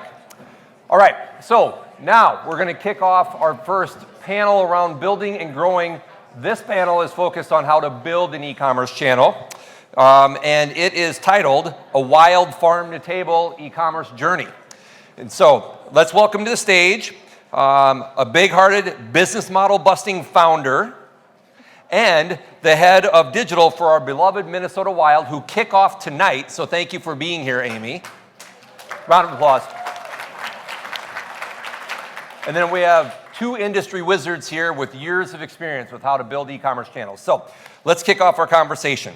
And we're going to start, Jack, with you. So at TC.Farm, you've created a new model for marketing and distributing locally grown food.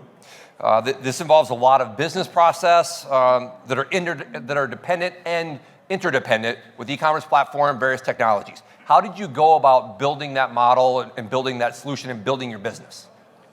Yeah, well, I'm glad you have some e-commerce wizards here because that's definitely not my background. So as the entrepreneur, I had to bring to the table that during that e-commerce build phase, it's really important to think about your business goals and objectives. And if you kind of get sucked into the e-commerce bubble and don't really think about that, then you're in the green skies, right? And not necessarily paying attention. So that's my primary thing, is how do you really integrate your business goals and objectives so that the e-commerce build supports your primary goal. For us, we're a group of farmers that raise the very best meat and eggs and produce, and we deliver that along with what you might consider typical grocery to 2,500 households in the state. But we really wanted to disrupt the way food is raised, marketed, and sold. And to that end, we realized growing our brand really wasn't sufficient. So we worked with this. The build is designed to have all these independent farmers who you might consider our competitors, but if we help support them on the logistical side, we can really meet our bigger objectives. So they all have their own e-commerce systems. The back-end logistic has to really be supported with our business goals. And so that's where making sure that BigCommerce integration is seamless with how we're going to actually execute. When I did consulting work, I like to talk about, reality is your friend. And so when you do the builds, keeping reality in mind, I think is really important. But also sometimes just ignoring reality and kind of going for what might be possible, if anything was possible, is good. So finding the balance between those two is my high-level thinking. And I jumped right into the content. I'll do introductions as we go along, but Jack's founding farmer at TC.Farm, which is the title I love. So now let's go to Amy Struve. Did I pronounce it right, or Struve? Struve, sorry. Who's the senior manager of B2B marketing at Minnesota Wild, as we mentioned. Again, thank you for being here on a busy day, because I know that there's a big game tonight. Big game. So your world with the Minnesota Wild is very different, right? Like, you're a professional hockey team whose goal is to win games and win championships, sell out arenas. So how do you fold e-commerce into that strategy? How do you fold that into that business model? Yeah, we're working on it. So our business, as Darin mentioned, has a ton of opportunity in a lot of spaces, but our primary source of revenue is ticket sales, is that B2C area, is filling out our arena with games, concerts, events. So when it comes to e-commerce, there is an opportunity there to expand outside of those 4 walls. And we have stats that say that we have about 1 million fans outside in the state of Minnesota and beyond that have never been to a game and never planned to come to a game even. So we our ultimate plan is how do we monetize those million fans? So a big way to do that is e-commerce. There are other strategies that we use, monetizing our content via sponsorships and other type of subscription model dollars. And a lot of that can feed into our e-commerce platforms also. But our primary focus and work with Irish Titan was building off of our merchandise. We own our own retail entity, the Hockey Lodge. If you've never been there, please shop at the Hockey Lodge. And instead of NHLshop.com, what? But that platform has given us an opportunity to reach these fans via online. And a lot of that is still work to be done, as our brick and mortar stores within the XL Energy Center sell a ton of more merchandise than we sell online. So the opportunity is so strong for us. So we have just been so excited to develop our e-commerce platform. And again, I'm not the main expert. I'm more on the promotions marketing side. But there's so much opportunity. So let's go to Sanjeev, who is the head of global go-to-market partnerships and business development at Stripe. So Sanjeev, it's our job, kind of this end of the panel, to be providing the tools and technologies and support and services to help merchants build and grow their businesses. How's our industry rising to that occasion? Are we rising to that occasion? I hope we are. Good to meet everyone. And thank you for inviting me today. And thanks for being here. I got the color. That counts. And the shoes. Perfect. Great on both sides. What we've been doing at Stripe, and specifically the role that I play, is we partner very closely with companies like Irish Titan and e-commerce platforms and technology partners. And we also spend a lot of time, actually the key focus for Stripe is to listen to users, right? We're obsessed with our merchants.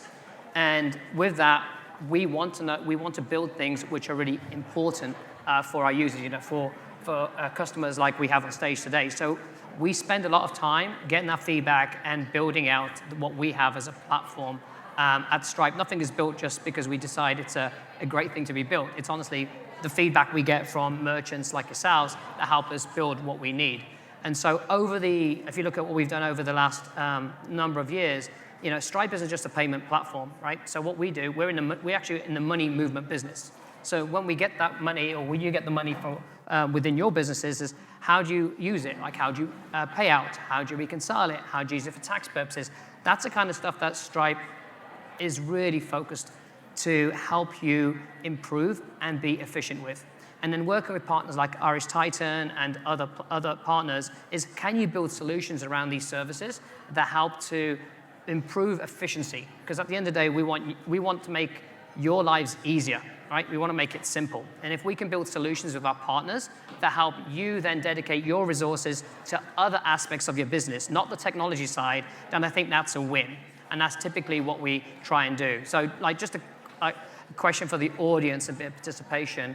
How many people in the audience needed to raise capital in the last couple of years, or needed cash flow for their businesses? Probably more than that, actually. So Stripe has a product called Stripe Capital, right? So we actually we can loan you money for your business to improve cash flow. That's something that we were asked to provide by our users. And that's the kind of innovation that we continue to do as a platform, not just a payment provider, as a platform. And we'll keep innovating the more feedback we get from our merchants and our partner ecosystem. So, Paul, let's give you some stage time. Paul Dabrowski, Senior B2B Channel Manager at BigCommerce. So e-commerce is by no means a new concept. Clearly, it's evolved rapidly and been adopted rapidly over the last few years, but still merchants' reactions and appetite range from skepticism sometimes to a frenzy, a rapid adoption. One of the things that you talked about in preparing for success with these merchants are digital maturity assessments, readiness assessments. Talk a little bit about that exercise and how it can help a merchant get up and running successfully and prepare for an e-commerce launch. Yeah, sure. Well, I appreciate you welcoming me to the forum for the first time. Oh. And it's amazing what you guys put on. So next year wear green. Absolutely. I got my green undies on for you. So, but essentially, yeah. I mean, e-commerce is no stranger to business, and it's evolved from the 2000s to where we are today in this commerce era. And so I think the biggest, most significant insight is that businesses need to be digitally mature. And through a digital maturity assessment, can they only identify those strengths and weaknesses in the business so they can look at the opportunities inside their e-commerce journey. And I think one big fitting example of this is actually from a big commerce merchant where they're doing, in the manufacturing space, $60 billion in revenue, and 70% of that is through EDI. And they identified e-commerce as a potential. And not just to take the burden off of their sales, but to actually create an omni-channel experience, adding value at every touch point. And so I think as we look to become ready or digitally mature, that there's another hand to this, which is your digital education and upskilling your workforce, building that understanding of your opportunities, and then looking at the technology that's accessible to you, and then being able to educate on that and deploy a solution in this way. Are those assessments actual documents and sort of checklists and questionnaires? Yeah, so the format of it essentially is a number of questions across the organization, looking at your supply chain enablement, looking at your sales, your marketing, looking at those gaps that exist in the organization, and then creating a strategy from there.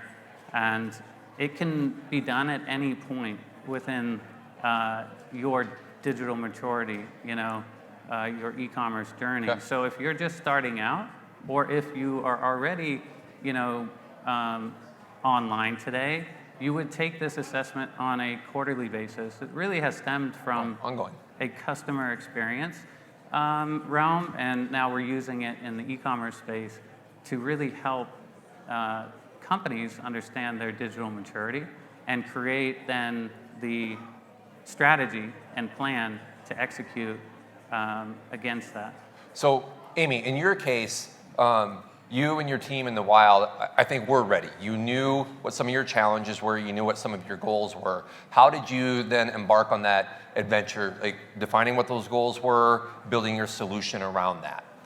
Yeah, I think speaking of digital maturity, we weren't quite there from a hockey lodge perspective. So we just identifying the problem that we had with not having enough flexibility in our e-commerce space, understanding that we need to keep up with our demand, the times, frankly, and just the level that we needed our brand to be at to meet the level that the Wild brand is at. And so that was kind of identifying the problem. And then from there, we really needed to find a solution that was the most customer focused, made that customer buying experience the simplest. And we were able to do that through our big commerce platform. And I think when I think about that whole building process, one of our biggest challenges through that is understanding our landscape and our competition. So I jokingly mentioned, don't shop at NHL Shop. That's our biggest competitor in a sense, since we own our own hockey lodge entity, our own retail entity. For those of you who aren't familiar with what that looks like, the NHL owns the NHL Shop for each team. And that is run by Fanatics, and so they also own a lot of what that market looks like. They put a lot of challenges in place of where we can sell, where we can put our link to our website, where we can promote. So that challenge helps us actually to define how we can move forward in that landscape, because we understand what those restrictions are, and helped us to build a better user experience on our website, knowing what that competitor is doing. So again, a lot of work to do still, but that's kind of the mind frame of how we needed to embrace building the website from there. We'll get to some of that work here in a few minutes.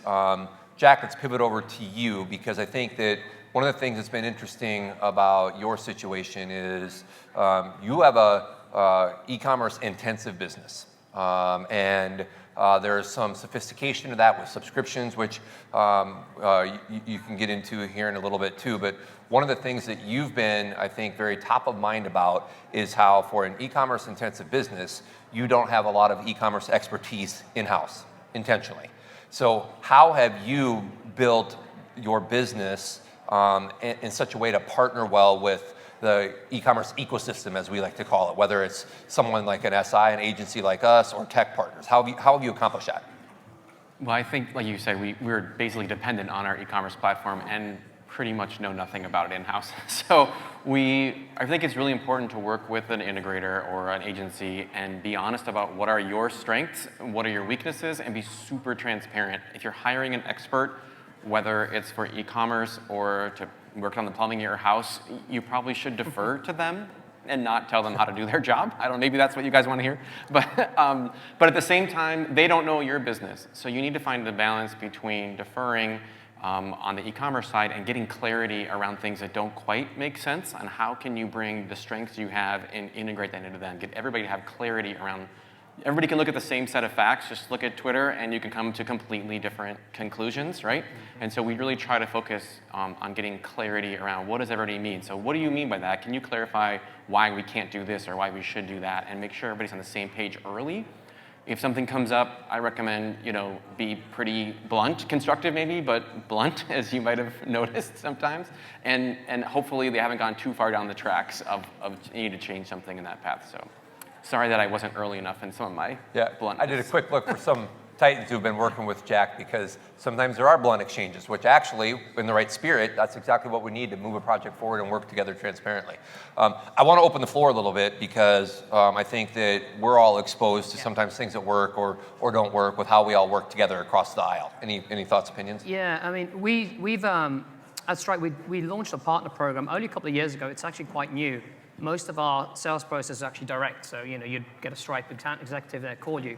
What we've done over the last 2 years is open it up to work with partners like Irish Titan, and we see SIs and agencies like this really key to doing exactly what you've just described, is the ability to, what you don't know, you will know through Irish Titan and also through companies like Stripe, because it is complicated out there.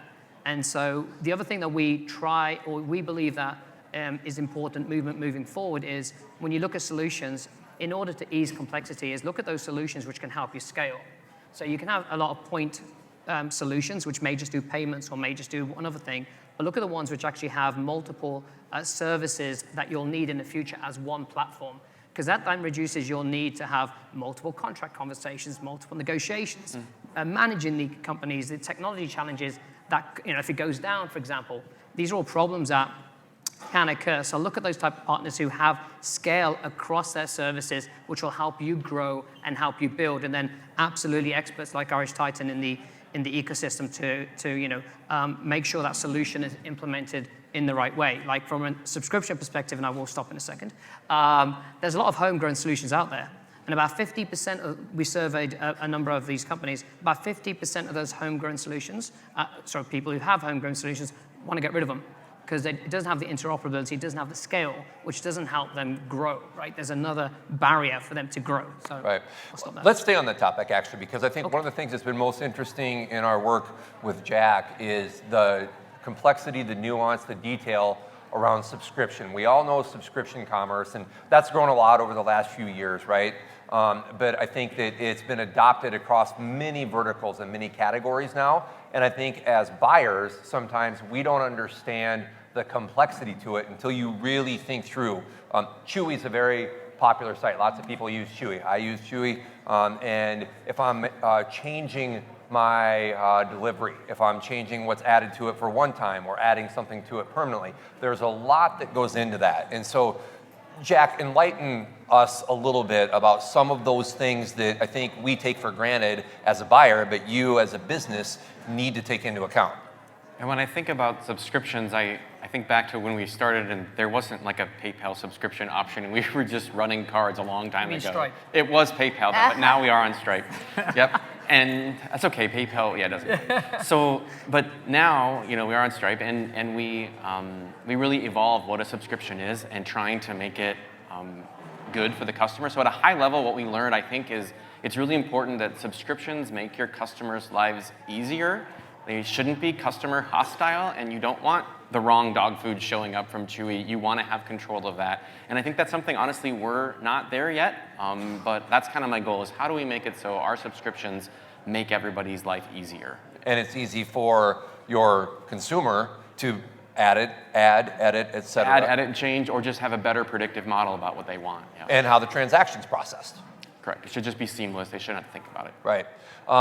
Amy, over to you, because I think that let's shift a little bit towards what the future might look like as you're continuing to build your channel. So, you know, when we talked a few years ago, one of the priorities you had was to be able to more quickly add promotions. So if somebody had a hat trick, you could promote their jersey, right?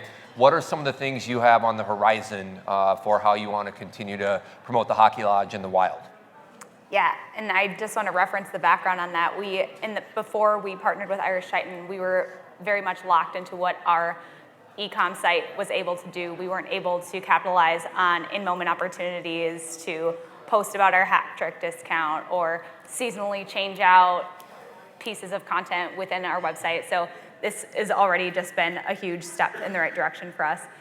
Things on the horizon. So, and even an example of that, our alternate captain was announced this past week, and it was a big surprise even to us of who it was going to be. So we had to be able to pivot pretty quickly to sell jerseys with A's on them for Mr. Kirill Kaprizov, for those of us who are fans. But yes, on the horizon, just thinking about kind of that hub and spoke model, we have a ton of different low-hanging fruit as far as promotions go in our spokes for our organization. So if you think about, we have our own owned inventory, we have paid inventory, we have earned, we have trade. We have all of these opportunities to really branch out our brand of the Hockey Lodge and sell, especially from an online capacity. So being able to utilize those channels that's being fed from our website is huge for us and is a great opportunity. We launched a new app this summer. If you haven't downloaded it, download Minnesota Wild app. And we are able to, are on the horizon to connect more of the buying experience from our current site just directly into our app. So we're really excited for some of those opportunities and what that can look like for the future. So let's start to, I was going to say slide into home base because I was thinking of Ila's speech. I should come up with a hockey analogy since you're on stage. But let's do a couple of Shamrock questions, and we're going to start on the industry side of things. So Paul, let's start with you. What are some of the things that you're seeing merchants do that is having the most positive impact on building their channel? Yeah, it's a great question. There's a lot of strategies, that are out there, but I think to pinpoint one, the most success that we see is in being customer-centric. And our philosophy, I think, is to stay flexible, allow our partners, allow our merchants to also stay flexible through this open SaaS philosophy and through APIs and through powerful partnerships. And so today we live in this commerce era where data, personalization, and these customer-centric solutions are necessary. And that brings about complexities for business and opportunities. And I think BigCommerce empowers those merchants and partners to be able to execute, but also put the customer at the center of innovation. And I think that's key. I think, it is key. The customer is king in this day, and you've got to rise to the occasion. You've got to be able to adapt to thrive, and not just to survive. And I think that spirit, the customer being at the center, is actually also what's inspiring and motivating the omnichannel discussions that we talked about and the progress on that front. Yeah, and it's not just tools there, though. It's not about just having an omnichannel tool. It's about actually creating value at every touch point. And when you do that, happy, loyal customers drive growth. Right. Sanjeev, the floor is yours. Yeah, similar to what Paul just said. So what we're hearing from customers is really focusing, that's just been tough. Moving forward is focused on margin efficiency and margin innovation. So using products like subscription products, for example, to A/B test, right? To test different pricing models, whether it be flat rate or tiered pricing. We're seeing a lot of that experimentation happening, and that's great because they're leveraging the partners that they have in order to help them do that at speed, so they can iterate quickly, find where they can optimize. You know, we've just launched a bunch of revenue optimization products ourselves in order to do that. So like we've run one which gets you a 10% uplift through our checkout experience, and we're doing that because customers have asked us to go look at that. So I think that's a really key for us, and what we're hearing from a lot of our customers is the margin efficiencies moving forward. So let's do Shamrock for the two of you. Jack, we're going to start with you. So what has been the best decision that upon reflection that you've made that upon reflection looks even better, whether it was intentional or accidental, or conversely, what looks bad in retrospect that you wish you would have made a different decision for? Jack first, then Amy. You're excluding getting married, right? Yes. Got to make sure I don't get. Right. No, I think for the business. Well, I hope that would fall in the best. Yes, yes, thank you. Okay, so from it's being recorded, you know, right? Shoot. But no, from a business perspective for us, I think this is fairly new in the last couple of years and part of this project is really recognizing that our biggest opportunity was to serve our competitors' needs that weren't being met because they were the same needs that we were struggling with. And so kind of shifting our mindset of instead of trying to compete with our competitors, build a better platform for all of us and honestly just build the system that I wish I had when we started our silly little hobby farm. So yeah, that's me. Amy? This sounds pretty general and basic, but I think listening to our customers, which we've talked about a little bit, but I think there's so much going on in our industry, in our world, that it's measly Facebook comments aren't something that we typically take into account, but when it comes to the Hockey Lodge and what people were asking for, we really did, as we rebuilt our site, took a really hard look at what people were asking for and what they wanted, especially to monetize that million, and I think taking time to do that was really effective. Great. Let's give a round of applause to our panel. Exit stage left. Thanks, guys. Thank you. Thank you, sir. Thanks, Amy. By the way, they have parting gifts that they will be picking up. He might be handing them to you or to them, but if you haven't seen them, they're somewhere around the back. They're like giant, oversized Super Bowl rings. Because again, we like some fanfare with a lot of our experience. Okay, as the next panel gets situated, we are going to do our next prize, and this one is to reward whomever came the farthest. Now, if you're a Titan or in the industry, sponsor or tech partner, you're not eligible, okay? And so what we want to find out is what merchant, what person that's enjoying Ecom Forum came the farthest. Online, just FYI, we have somebody from Sri Lanka. That's the first time we've had somebody from that far on our live stream, which does render Rachel ineligible, for those of you who know Rachel. So she's ineligible from the Canary Islands because someone is farther. But what about in person? So if you are not from the Twin Cities and you're not a Titan and you're not a tech partner, please stand up. All right. Now let's see. I know where one person's from. So if you're from outside of the state of Minnesota, sit down. If you're not from the Midwest, and we're not building a violin, we don't have to be that specific. If you're not from the Midwest, go ahead and sit down. I think, correct. Thank you, Jay. I have a little earpiece. Remain standing if you're not from the Midwest. Right, good catch. So we have two. Okay, right? Is there anybody else? All right, so where are you from? Brazil. Brazil? Well, Mark, you can have a seat. You get an Irish Titan backpack filled with Irish Titan swag.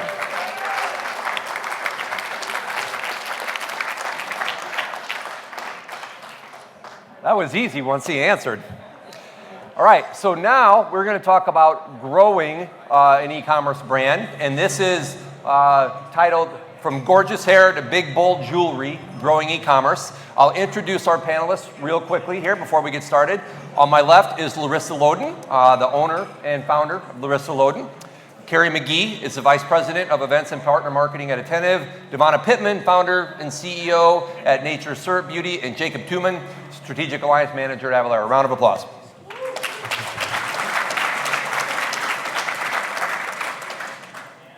All right, Devonna, we are going to start with you, which I'm excited for because it was fun to meet you and talk on the phone. So you can't grow a brand if people don't notice it, right? To do that, you need to stand out. You have grown dramatically, as have you, and we'll get to you soon. So how have you done that? How have you created a brand that stands out and captures attention? One of the ways that I launched was on Facebook Live. I spent a lot of time in my kitchen talking to people, so a lot of the people who still buy my products have seen me from the beginning in my kitchen, formulating products. They've seen my hair transitions. So from the big chop, when I chop my hair down to about 2 inches, you know, to grow it out to a big full afro, to the twist outs and, you know, just my hair progressions. People have been on this journey with me. And now I have locks, and now I have blonde locks. So people have been on that journey with me in addition to experiencing my luxurious hair and skincare products. So we're coming to you next because this is something that clearly comes natural to you, you shy little wallflower. If you take one look at Larissa's collections, you'll know that she's not concerned about being all things to all people. So how intentional has that been? Did you know that when you started the business? How have you baked that into strategies? Enlighten us. Yeah, so I started out as an art teacher, just to give everybody context. This was not part of the plan, but very much so. In the beginning, I was a person that was like, wow, I can make more money making jewelry than I can teaching. No surprise there. So it very much so, I tried to be everything to everybody, and then I really realized that really wasn't working for me as a founder and an entrepreneur. And so I've really started to niche down, and we just had a annual offsite last weekend, and we really just dialed in like our purpose and our cause, which I think is so important as a brand.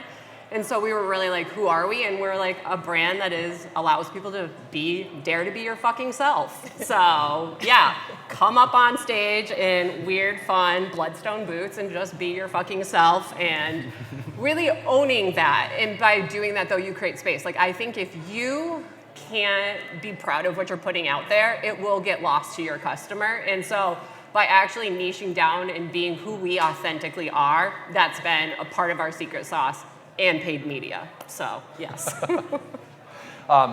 We met a few years ago at a brewery with a common friend, and I immediately loved this. I'm fans of people who know themselves and are very authentic, and that really shines with your brand. Carrie, over to you. So you are a fountain of knowledge because of all of the industry research and data you're exposed to and that Attentive invests into. So what are you seeing that is working for merchants that are growing their businesses? Yeah, I think we just did a workshop with a bunch of small to mid-sized businesses in New York about a week and a half ago. And one of the things that we broke down for them was just getting really, really clear on like, who do you want to be? What are you trying to do?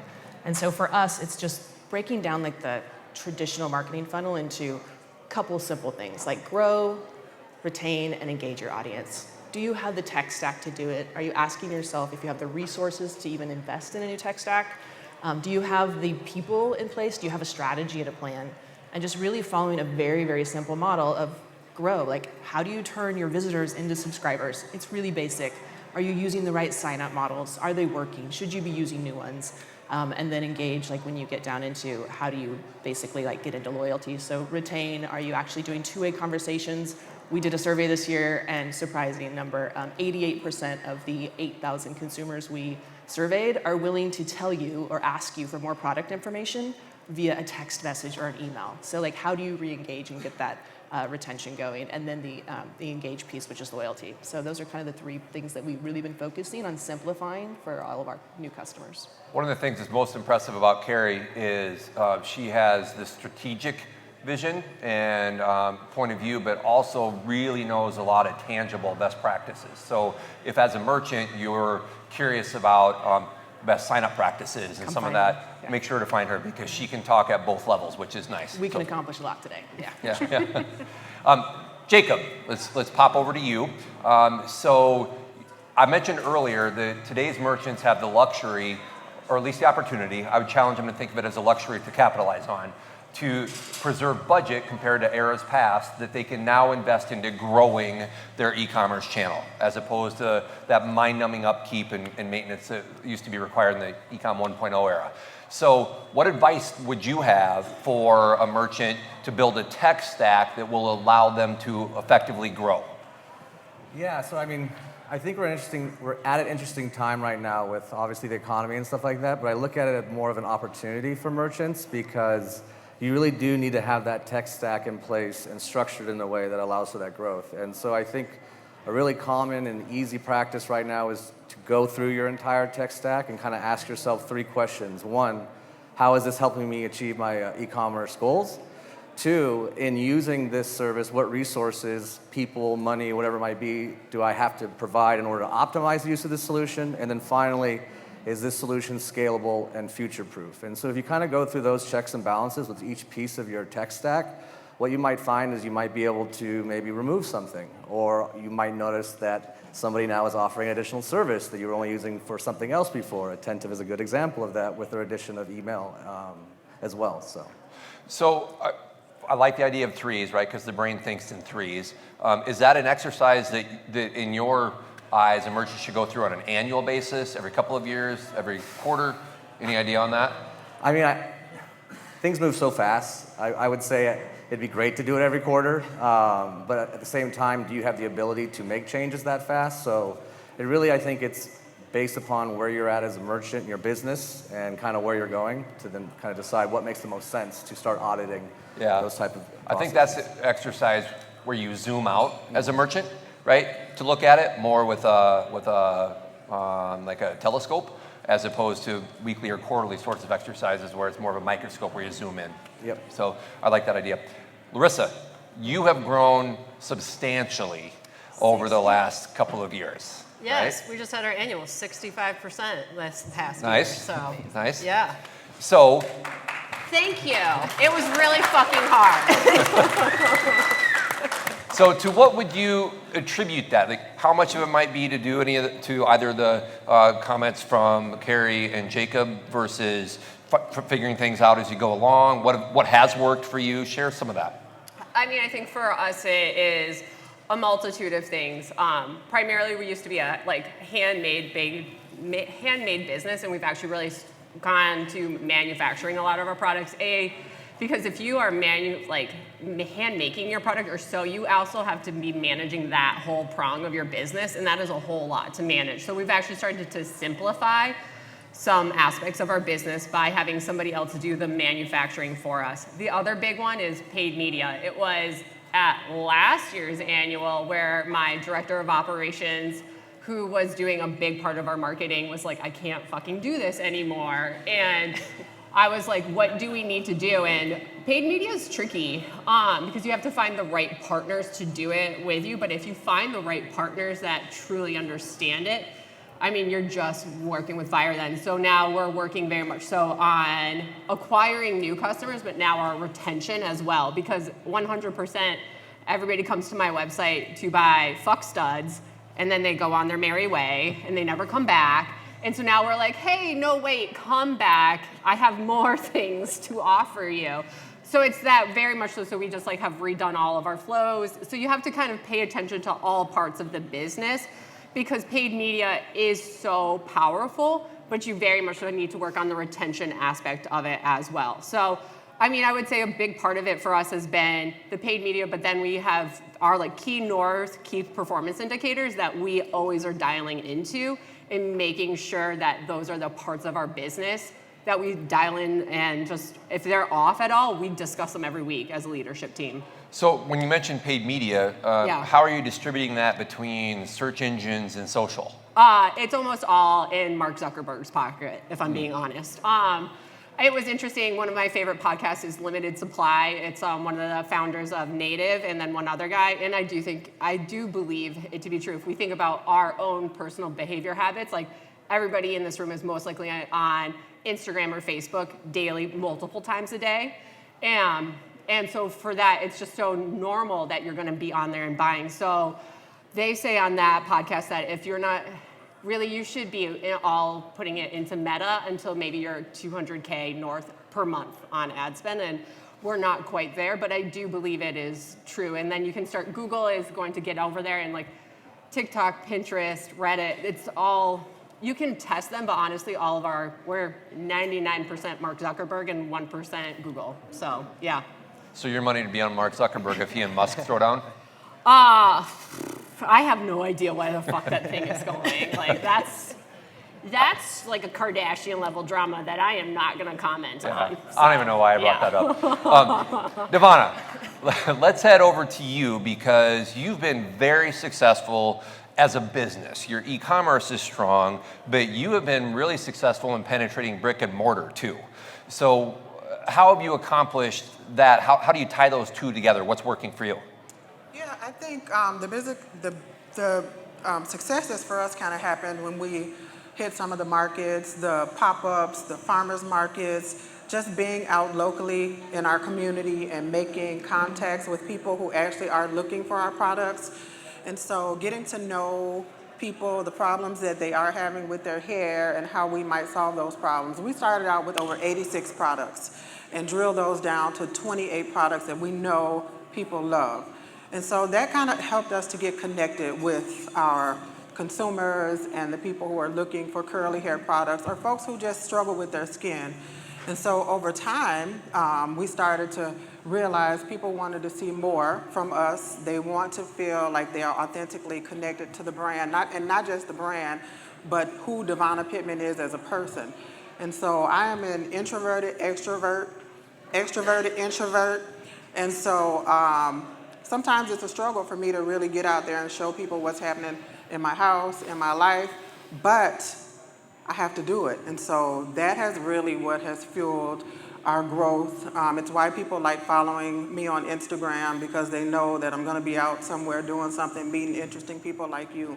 I actually lost my Instagram about 2 years ago. I got accepted into the Goldman Sachs program, and when I was there, I got back into my page and I told all the people in my cohort to follow me at Nature Syrup on Instagram, and many of them did, and so it really just kind of gave me more of a platform to talk more about where Nature Syrup had come from and where we're going. And so that was really the catalyst for me growing the brand, continuing to be authentic with the people who use my product and bringing my voice and my life every day to those platforms. Well, when we were introduced, and I mentioned to a few people that you were going to be a panelist, there was a lot of enthusiasm. Oh, Devana's a badass. So clearly you've had a big impact. Sticking with you for a minute, though, so I think Macy's is where your product is now? Yes, we're in the Macy's marketplace, Macy's.com. Okay. Was that intentional, not necessarily specifically Macy's, or maybe that was, but how intentional were you with wanting to penetrate brick and mortar? Was that a strategy from the beginning? It never was. From the beginning, I really was just creating products for my own hair. And when I started to notice that people really liked it, you know, we built up different products. And every day I just take my time with where we are, learning new systems, and I never expected Macy's. Was really more looking towards Target, hint, hint. Yeah, I was really focusing on Target. I know a guy. And, you know, have had several conversations with them. It'll come, though. I believe that, you know, things will happen when they're supposed to happen. And I believe that I have a luxury brand. And so I'm not surprised that Macy's happened first, even though we didn't necessarily go looking for Macy's. I felt like it happened when it was supposed to happen, and I'm just, you know, whatever's next, I'm ready for it. Yeah. Well, as an introvert, you're impressive. I would call you an ambivert, which is a phrase I learned a few years ago. It's people that can kind of flex between the two. So yes. There you go. Carrie, let's get back to you in that bird's eye view that you benefit from. So with access to all that information, what are the trends that you're seeing emerge that you think might take hold and help propel growth in the future? Yeah, I A big one that Larissa even touched on is for the first time ever, we've seen merchants say that retention is now more important than acquisition. And that was a really interesting learn for marketing. Like they were, retention's always been about 5 points behind, and they were neck and neck, and now they're saying like the cost of acquisition of new customers is so high, you have to retain. So that's an interesting trend. It finally happened. And then I think the other is, we've all said it for years, personalization. But I think more than ever, it's actually influencing how customers make choices about brands. 68% of customers surveyed will absolutely go to a competitor if you miss the mark on personalization. They won't even think twice about it.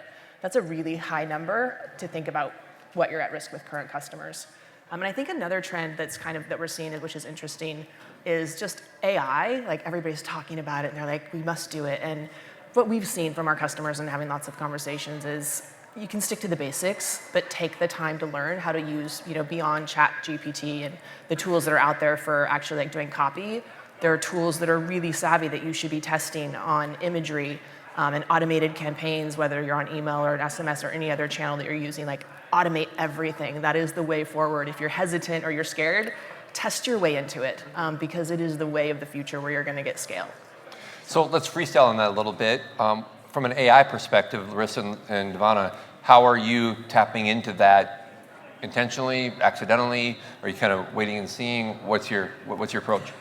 Yeah, I don't have a big staff. And so like this morning I was in the office working, packing up orders and, just kind of doing what needs to be done. So for me, AI is coming, but I am following the trends. I focus on TikTok trends and hashtags and, what's happening with Spate. I don't know if anyone in the room is familiar with Spate, but Spate is, really big on TikTok trends and hashtags. And so right now, when you have a small staff like I do, we're staying right there right now until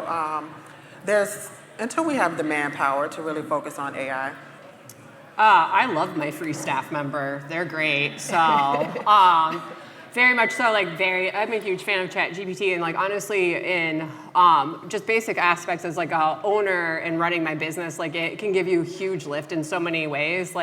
I've had it help me craft job descriptions. Here it is, make it better. Job postings, here it is, make it better. I suck at spelling. Here is my brain vomit, make this better. And so that's the first pass of it, but Shopify has really great integrations to help you write your product listings. And I think the biggest thing is people are where do I go? There's so many things. I always say as a founder, I get inputs all day long with people who are do this. And I'm like, oh my God, my head is gonna pop off. So things are I've found really good newsletters or YouTube channels are kind of my big thing. So there's a newsletter called You Need a Robot that I subscribe to, and they have a really great newsletter. And there's been some unlocks within that. And so I just kind of have a newsletter folder in my email, and I just kind of once a week, I just kind of sit down. I used to sit down looking at the lake by water, and I was very zenned out. But now I'm okay, make a cozy corner in my house. But really kind of diving into those newsletters with intentionality, and then also going and then implementing those things, because I think it's so easy to read things and then move on with your day. So AI is huge, and I think it's just creating the space and allowing yourself as the owner or somebody that's strategic in your company to play around with it, because it is AI is moving so fast. It's the one thing that VCs are investing in. So you might find something, but one unlock could save you so much money. It really could. I love automating things, so yes. But I don't do that on my team. That's not my skill set. So, but I appreciate it. I mentioned during the Ecom State of the Union that AI is highly adopted, but in a narrow sense, and content generation really is where it's been most adopted so far. For example, you'd be surprised how different the output is when you ask ChatGPT to create a weather forecast in Gene Simmons' voice from KISS compared to Paul Stanley's voice in KISS. It's very different. They're very different personalities. And I say that because there's another fellow KISS fan in here, and so I can't help myself. AI, though, I think is a good segue over to you, Jacob, because I think you have a broad background. You're with Avalara, but have a broad background of a technical nature, not as a developer, but just sort of some exposure to how the technology works together. So how do you think the e-commerce technologies are going to involve and empower merchants' growth going forward? I mean, I think we're going to keep hearing about AI, and even though we've been exposed to that kind of in its sublets through machine learning and stuff before, but I honestly think over the next sort of couple of years, we're going to finally arrive to what is going to be the modernization of composable commerce. And I think that's really huge. We heard the flavor of headless for a while, and I don't think I want to say that word anymore, but the truth is composable commerce is here to stay, and we're going to see more adoption. We've seen both BigCommerce and Shopify very much prepared to take that on. So, and it works. You know, is it right for Larissa and Devana? Like, probably not. You know, at this point in stage of where they are at. But like when you have multiple sites and maybe you do a little A/B testing, and on one of the sites you realize, oh, we got an X% uptick in conversion rates. Well, let's go apply that to those other sites. Right now, it's going to take maybe a lot of time. You got to log into these things, different code bases, all of that. The true value is being able to identify very quickly where a feature will drive value on your store shopping experience, and then being able to apply that in multiple areas if you have multiple storefronts. Of course, the page speed and things like that. The future, what I get really excited about is like, as we were talking, I've heard earlier, like commerce everywhere, like the idea of like magic mirrors and sort of that experience, what that can do both at home or even on like a refrigerator. We're seeing that kind of become smart too. Like all of that is essentially going to be prepared, and you kind of need a composable commerce stack to achieve wherever that customer may be. It's sort of an experience, if you will. Right. I think you make a good point about headless. Headless might be to composable as multi-channel was to omnichannel. Yes. Right? Like it might lead to be a kind of a buzzword till we get to a better state. Carrie, let's shift to you for a moment. You work with merchants, other tech partners, platforms. You're spread across the ecosystem. So those coalitions, do you see things evolving with how those coalitions work together and can better serve merchants, and what merchants should then expect of all of us from the ecosystem? Yeah, I mean, I definitely think it's shifting. There's definitely a shift from, we've had siloed solutions for so long, right? Everybody had their specialty or their expertise or their tech stack that they could add to. And I think now we're seeing everybody's kind of getting that gray muddy water where we're all adding to our core platform. So adding email, adding loyalty, adding SMS, everybody's everything. There's the all-in-one world that we're competing against. And so I think for merchants, understanding what that means and understanding like what you need. All-in-one is not always best, it's not always cheapest, it's not always fastest. But maybe it is if you need an out-of-the-box solution that has just enough, and mediocrity in a couple areas is great, and top performing world class you need in one area versus all. But I think you do get that when you start to look at what do you need, who are the partners you want to work with, who do you trust, find a partner who can bring in to introduce other people that they integrate really, really well with. I think that's another thing that can accelerate. But we are working in this space where you're having to get really creative on, somebody might already have one part of the tech stack in place that they love and trust, but now they need to add like retention and loyalty and SMS and anything else. And do you bring in a bunch of different providers, or do you consolidate? And so I think it's just a good question to ask, what are you willing to give up, or what are you going to gain through that? So we're seeing that a ton. There's a lot of compression with going to the more all-in-one solutions. Everybody's doing everything. And I would say just for merchants, like, adopt a long-term mindset, right? Like we work with agencies constantly, and the number one thing we're getting is they can't even, 6 months is not enough time to test if something's working. Right. 12 months probably isn't either. So adopt that long-term, and for, I think, partners and agencies and tech partners, like make sure you educate what your near-term wins are gonna be, and they're probably gonna be small and minimal to keep the client's attention and trust. But like, as a client, like it's a long-term game, and just know what your goals are. So as our only panel, whether it's build or grow themed, our only panel where both merchants are founders, I wanted to focus and tailor the Shamrock round around more of a founder-based theme, especially because of the personality and reputation you both have. So how have you grown as a merchant or as a founder, however you want to spin that, and then how have you passed that on to others and inspired some of those in your circles? Let's start with you, Larissa. Oh, yeah, this question. I mean, in full transparency, I think it is very easy for any founder to actually stop investing in yourself. Like, you are just like constantly giving to your teams, and I 100% was that person. And then I think I really just kind of hit a point where I realized I need to really invest in myself. Like, you do not, like, I always like, there's this Brene Brown saying that says, it's FFT, it's fucking first times. Like, you are always at your new FFT every single day. Like, you're not gonna know everything, so you have to find mentors and partners, and then just like invest in yourself so that you can lead. And it's honestly been so freeing to say to my team, like, fucking first time, like, it's an FFT, I don't know. They're like, how are we gonna do this? I don't know, I've never scaled a company before, you know, and honestly, like, just being vulnerable has been one of the most freeing things. You do not know everything, and you don't need to know everything, you know, and really sharing that vulnerability as a leader has been huge. We adopted EOS about 2 years ago, Entrepreneurial Operating System. It's like a little cesspool in the Twin Cities of it, but it's there. Yeah. Yeah, but honestly, it's been a game changer for us. And then really, like, I just have really started to read and be intentional. I started a podcast, and that's been allowed me to really also invest in myself because I just made it part of my job now to be investing in it. So yes, please plug for my podcast. Check out the World's Okayest Entrepreneur Podcast. So yes, because it's okay to be okay. So yeah. Ivana, why don't you close this out? Yeah, I've always considered myself a multi-potentialite, a person who does a million things at one time. And A what? Multi-potentialite. Look for the TED Talk, multi-potentialite. And it's me, you know, I have ADD, ADHD, all the letters. Me too. All the letters, and I'm okay with that. So in this season, I'm, you know, really understanding that with all of those letters, I can still be a good leader, a servant leader, which is, you know, what I call myself as well. But what's next for me in this season also is making sure that I create access and a pipeline for other people who are interested in creating their own products.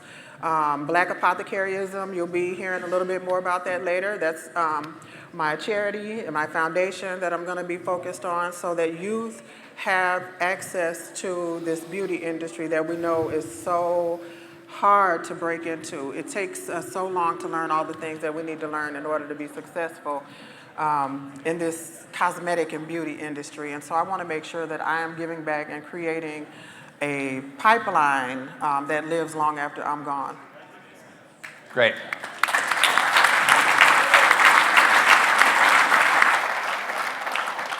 And the spontaneous round of applause is a natural conclusion to the panel. So thank you. You can all exit stage left.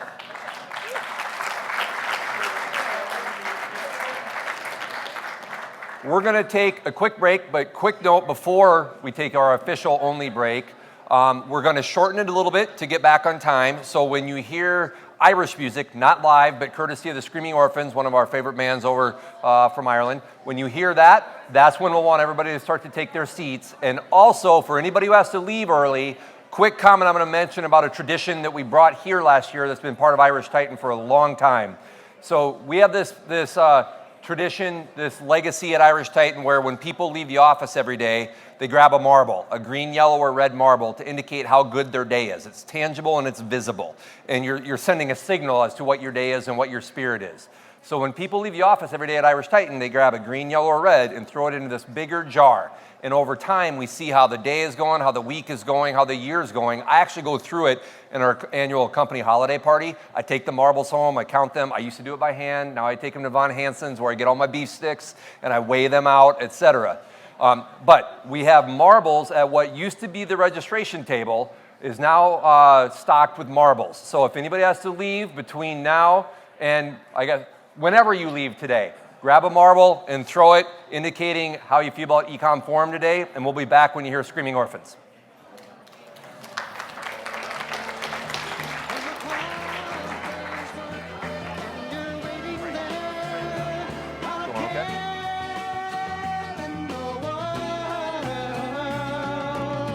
See the smile waiting in the kitchen, food cooking on the plates for two.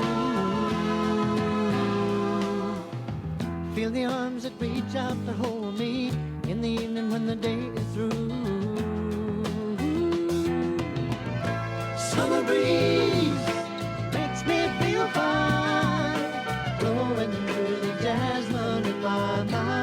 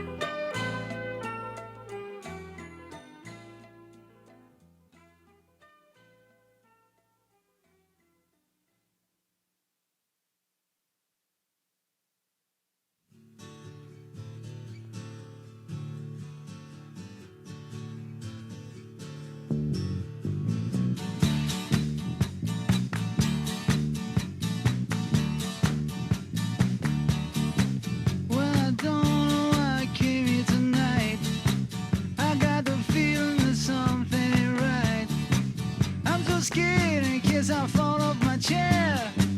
And I'm wondering how I'll get down the stairs. Clowns to the left of me, jokers to the right. Here I am, stuck in the middle with you. Yes, I'm stuck in the middle with you. And I'm wondering what it is I should do. It's so hard to keep the smile from my face. Losing control, yeah, I'm all over the place. Clowns to the left of me, jokers to the right. Here I am, stuck in the middle with you. When you started out with nothing and you're proud that you're a self-made man. And your friends, they all come crawling, slap you on the back and say, please, please.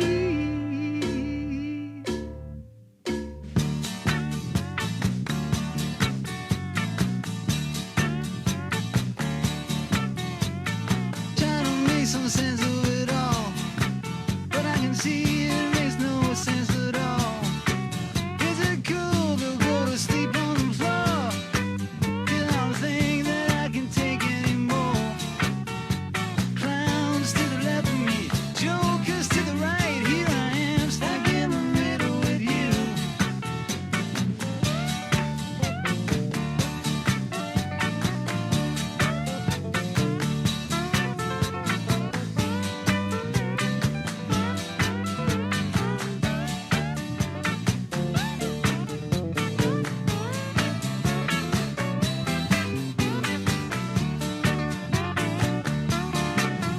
And you started out with nothing and you're proud that you're a self-made man.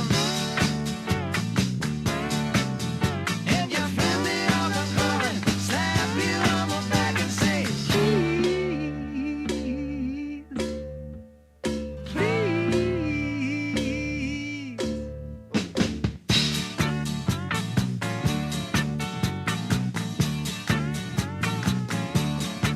Yeah, I don't know why I came here tonight. I got the feeling that something ain't right. I'm so scared in case I fall off my chair. And I'm wondering how I'll get down the stairs. Clowns to the left of me, jokers to the right. Here I am, stuck in the middle with you. Yes, I'm stuck in the middle with you. Stuck in the middle with you. Here I am, stuck in the middle with you.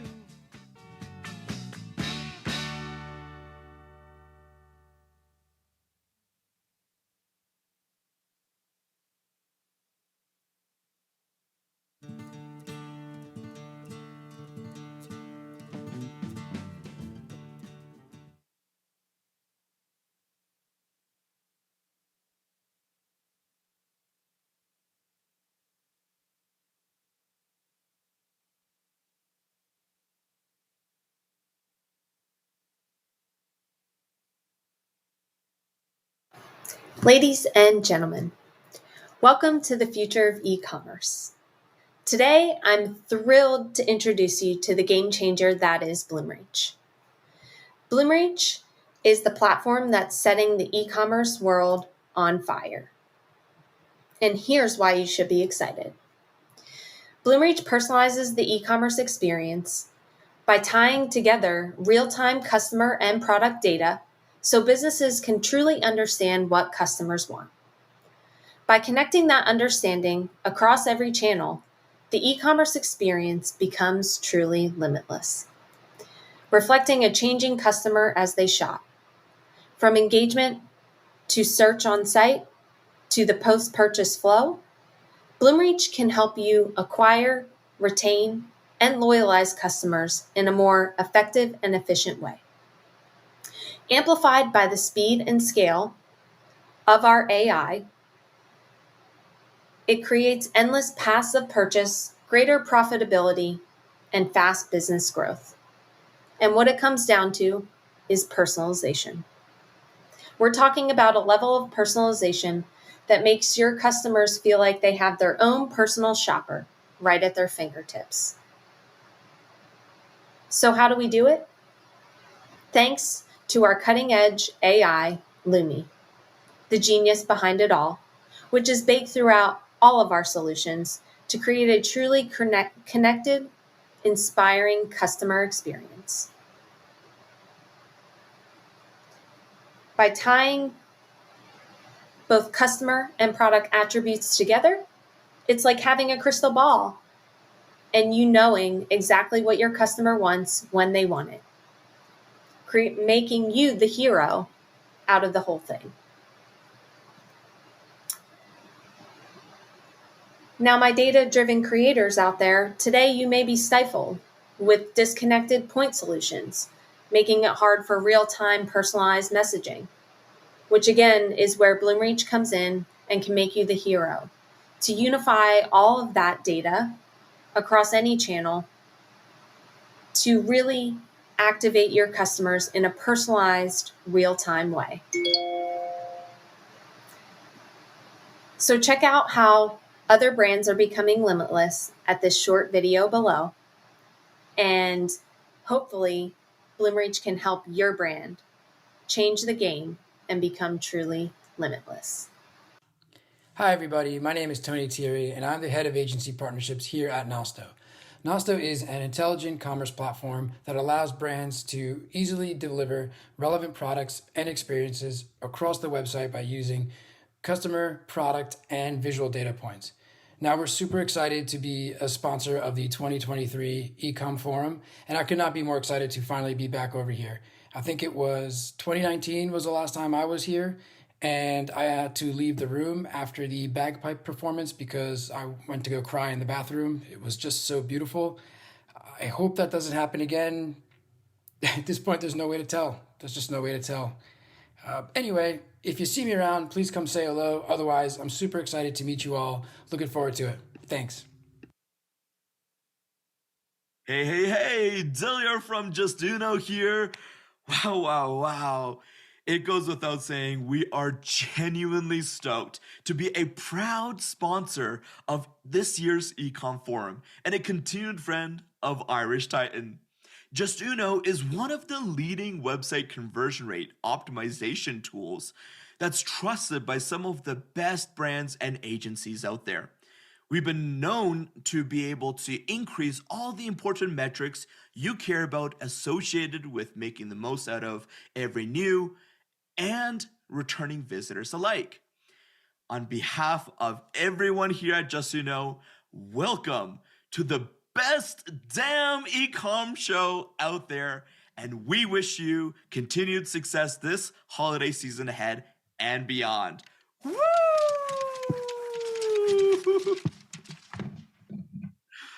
Oh, I gotta clean up this mess now. My name is Sharon Geeve. I'm the Senior Vice President of Sales and Partnerships at Feedonomics and the GM of our Omnichannel practice at BigCommerce. We are beyond proud and excited to sponsor this year's Ecom Forum with our partner, Irish Titan. Feedonomics is the market-leading feed management solution that helps brands, merchants, retailers, platforms, and agencies take data from their systems of record, optimize it, and then send it to systems of growth, whether that's advertising channels, marketplace channels, affiliate channels, or otherwise. We look forward to helping our customers with our fully managed service be able to optimize their data to drive growth and ROAS on the channels that matter the most to them. We cannot wait to see you at what it promises to be one of the very best e-commerce conferences in 2023. See you soon. Hi, I'm Valeria. I'm part of the Rebuy team. I'm the agency partner manager here at Rebuy. Rebuy is a Shopify Plus partner focusing on personalization, and we focus on increasing lifetime value, average order value, and revenue goals of each one of the brands that we work with by creating intelligent shopping experiences and equipping brands with the tools that they need to succeed in this, ever so competitive landscape. We're super excited to be sponsoring and to be a part of the Ecom Forum this year with the Irish Titan team, and no doubt that it'll be an amazing turnout this year. Hi there, my name is Morgan Kirkvold, and I'm a partner marketing manager here at Signified. We're really excited to be back at Ecom Forum. I attended last year, and I'm excited that we're sponsoring this year. Now, for a little bit about Signified, we provide an end-to-end commerce protection platform that leverages the commerce network to help retailers maximize conversion, automate the customer experience, and also help eliminate fraud and risk abuse for retailers. So what do we really do? We help merchants increase revenue by approving more orders. On average, we can help merchants approve 5 to 9% more orders that they would have declined due to the fear of fraud. We also do block fraud. There are people that will do return fraud, significantly not as described, item not received, you name it, we can help block the fraud that merchants do experience. And lastly, we curb chargebacks. As we know, those can be super costly. You can rely on Signified to help you stop those chargebacks. If you're interested in learning more or just having a great chat with the team, we'll be around. Really excited for Ecom Forum. Let's get it. Good morning, good afternoon, good evening, depending on where you are. My name is Quentin Montalto. I am the COO of Shipper HQ. Shipper HQ is a proud 5-time sponsor of Ecom Forum, brought to you by Irish Titan. This year in particular is going to be a very special one, not just because it's on a Friday the 13th, October 13th, but the fact that we have gathered together a group of the leading e-commerce professionals to talk shop. So this is a show where you can learn something new, you can stretch an idea, or you can just listen to Bagpipes and see rousing presentations from these thought leaders. I hope to see you guys there. See you soon. Hello, everyone. Adam here, CEO and founder of Retention.com. We're very proud and excited to be supporting this year's e-commerce forum alongside all of the other great sponsors. A little bit about us. Retention.com is on a mission to give D2C brands their power back by solving the site abandonment problem. Our technology converts your online store's anonymous web traffic into real paying customers. We can help identify up to 5 times more site visitors and pass you their emails so that you can retarget them and grow your email list like never before. You probably didn't know that as of April 23rd of this year, Klaviyo can only track your web visitors for 7 days. Their tracking pistol used to last for 2 years. We can extend Klaviyo's tracking back to 2 years again, and your abandoned cart revenue will skyrocket. Our tech's trusted by brands like Warby Parker, Dr. Squatch, and True Classic, and integrates with whatever your tech stack is, for instance, Klaviyo or Attentive. We wish you continued success this holiday season, and we're excited to be with each of you, learn about your business, and hear what you're seeing in the market. Look forward to meeting all of you, and please reach out on LinkedIn at Retention Adam if we miss each other. Have a great day. Memorable marketing should be personal, thoughtful, and conversational. Your customers expect more than a no-reply world.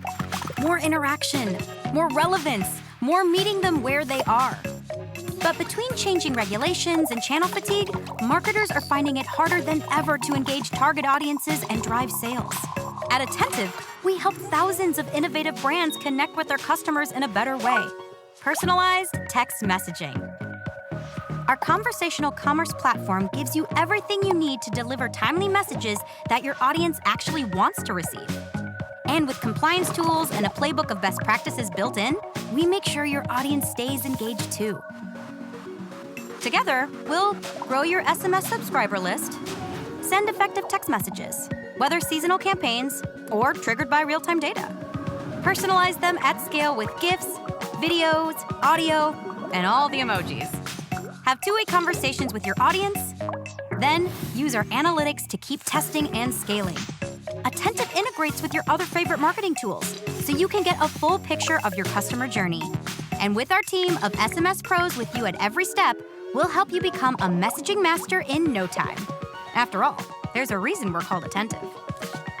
Relevant, engaging, mobile first. That's personalized text messaging. Meet your secret weapon to cut through the clutter, grow brand love, and drive more sales. Get the conversation started today at Attentive.com. Hi, my name is Jason Nias, and I'm General Manager of Shopware, a market-leading e-commerce platform purpose-built to help the mid-market merchants. I'm excited to be a part of the Irish Titan e-commerce forum because we just love the way that Irish Titan brings together the e-commerce community in the Twin Cities. And I'm also excited today to be doing it from the Irish Titan booth here at The Local, a restaurant here in the Twin Cities. So thank you for your partnership, Irish Titan. I'm going to make a bold claim. BigCommerce is the only e-commerce platform you'll ever need. It didn't matter when we were tiny and a startup, BigCommerce worked. And when we were doing north of 9 figures of revenue, BigCommerce was still working for us. BigCommerce's flexibility with the open APIs and integrations has really been valuable to us. Ecom is central to our strategy, and BigCommerce being our ecom platform is a central part of that. BigCommerce is enterprise e-commerce simplified. Hi, my name is Jacob Tuman, and I'm a strategic alliance manager with Avalara. We help companies of all sizes automate tax compliance that improves accuracy while reducing costs. Taxes don't have to be painful. Let us help you get through that process. We're so excited this year to be a sponsor again for Ecomm Forum with our proud partners of Irish Titan. I look forward to seeing you all there.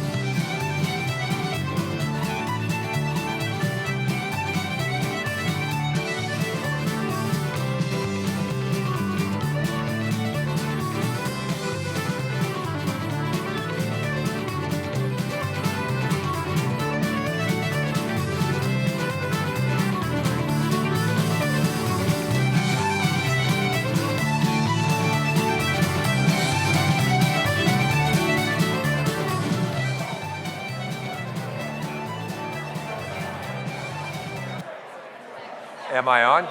Am I on? All right. So this is always the most difficult part of the day, getting everybody corralled again after the break. So while we're doing that, I'm going to see if there's any housekeeping I should cover while we settle back in. Real quickly. So I think they said to go up last. What? Okay, so while we get started, let's do a quick thank you to MCN6. So MCN6 is the team back here in the corner that puts on all the technical production, all the video, the audio. We've worked with them for years, and they are fantastic. So a round of applause to them, please.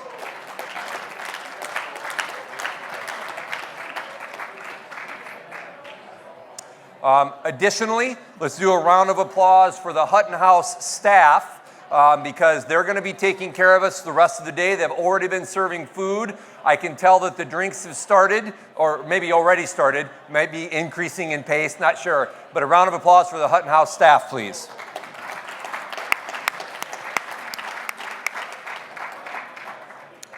All right, so I got a little more comfortable as we're coming into the home stretch here, and we start to just engage a little more organically, but we're gonna move in to our second build panel. So we're graced with 2 national brands and 2 industry experts whose solutions power today and tomorrow's best of e-commerce. So we have Greg Oneman, head of agency at ShipStation and Associate Partnerships. Bridget Mendoza, Chief Information Officer at the Whitney Museum of American Art. Jason Nias, General Manager, U.S. Shopware, also fellow Iowan. Surprisingly, we grew up super close to each other, didn't meet each other till up here. And Jenny Robertson, E-commerce Manager at Green Bay Packers. Round of applause for them, please.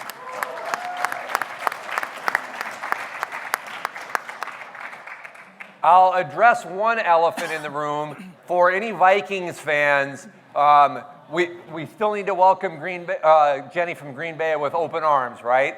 I'm a Steelers fan, so I don't have a dog in the hunt. But I know that when we've worked with you, there was like interesting conversations inside Irish Titan. Well, I'm not competitive with any Vikings apparel or their stores. So right. On the field, that's not my side. So we can all be friends.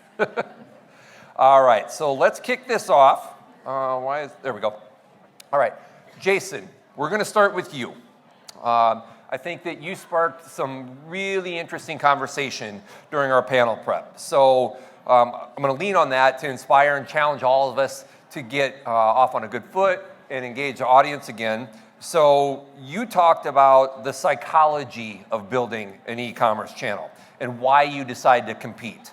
Share some of that thought process with the rest of us, please. Yeah, you bet. And first of all, thank you for having us at this event, Darin and the folks from Irish Titan. We're thrilled to be a part of it. Such an amazing event. When we were talking on the prep session, it was around, the role of e-commerce or the psychology of why you build out an e-commerce store. And I was really leaning on some of my history of working with companies like Microsoft and Electronic Arts when those brands really made the lion's share of their money through channels, through offline, but they knew they needed to have a digital or an online experience. And so most people think kind of greenfield, I open up an e-commerce channel, I'm going to try and grow it exponentially and do all these things. But the truth is, there's a psychology around why you build the channel. And it's not to compete on price or compete with your offline channel or to do these other things. It's really purpose-built, and especially in these 2 guys' cases, to serve a purpose. Mm-hmm. And so, Darin, that was really what we talked about. And then I think these guys can add a lot of context around the role of e-commerce that really fulfills a bigger piece or a bigger part of the strategy. So, Bridget, let's bounce off of that, because keeping in mind the concept of the psychology of it and deciding to compete, the Whitney Museum of American Art in New York City, you have lots of other museums there.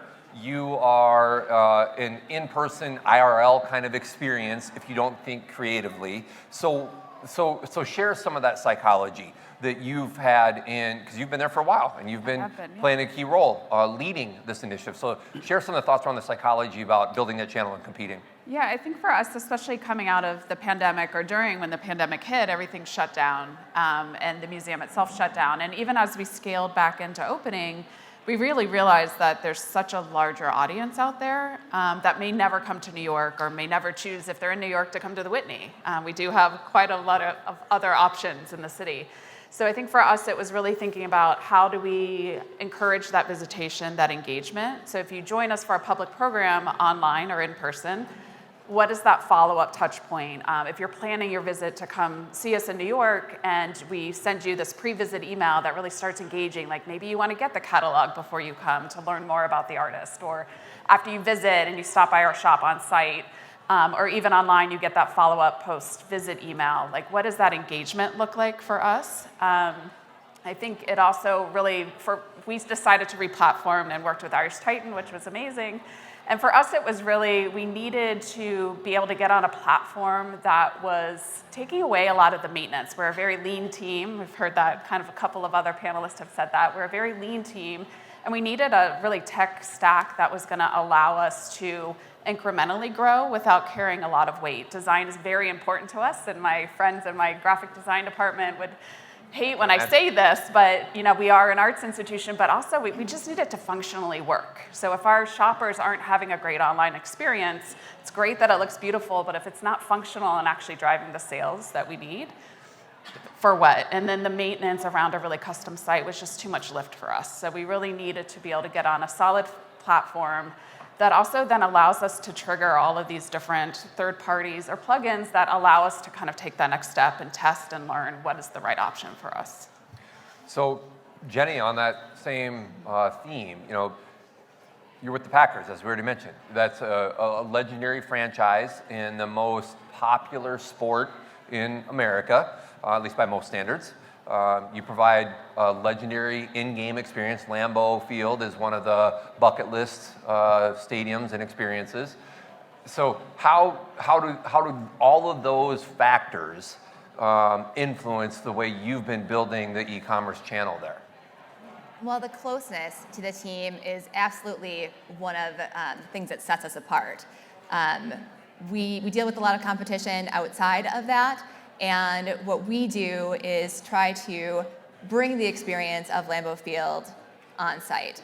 So we hear from fans all the time as they're going to their first game that this is a bucket list experience for them.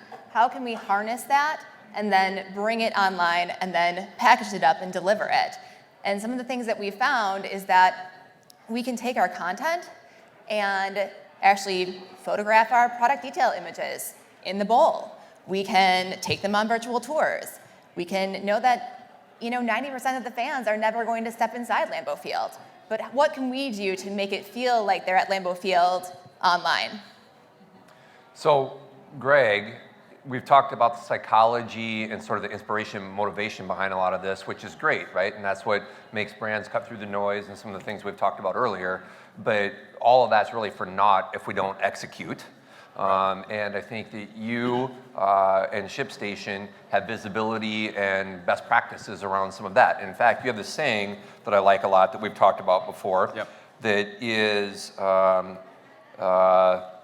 inspire to order, order to delight. Right. So how can that spirit impact execution so the psychology pays off?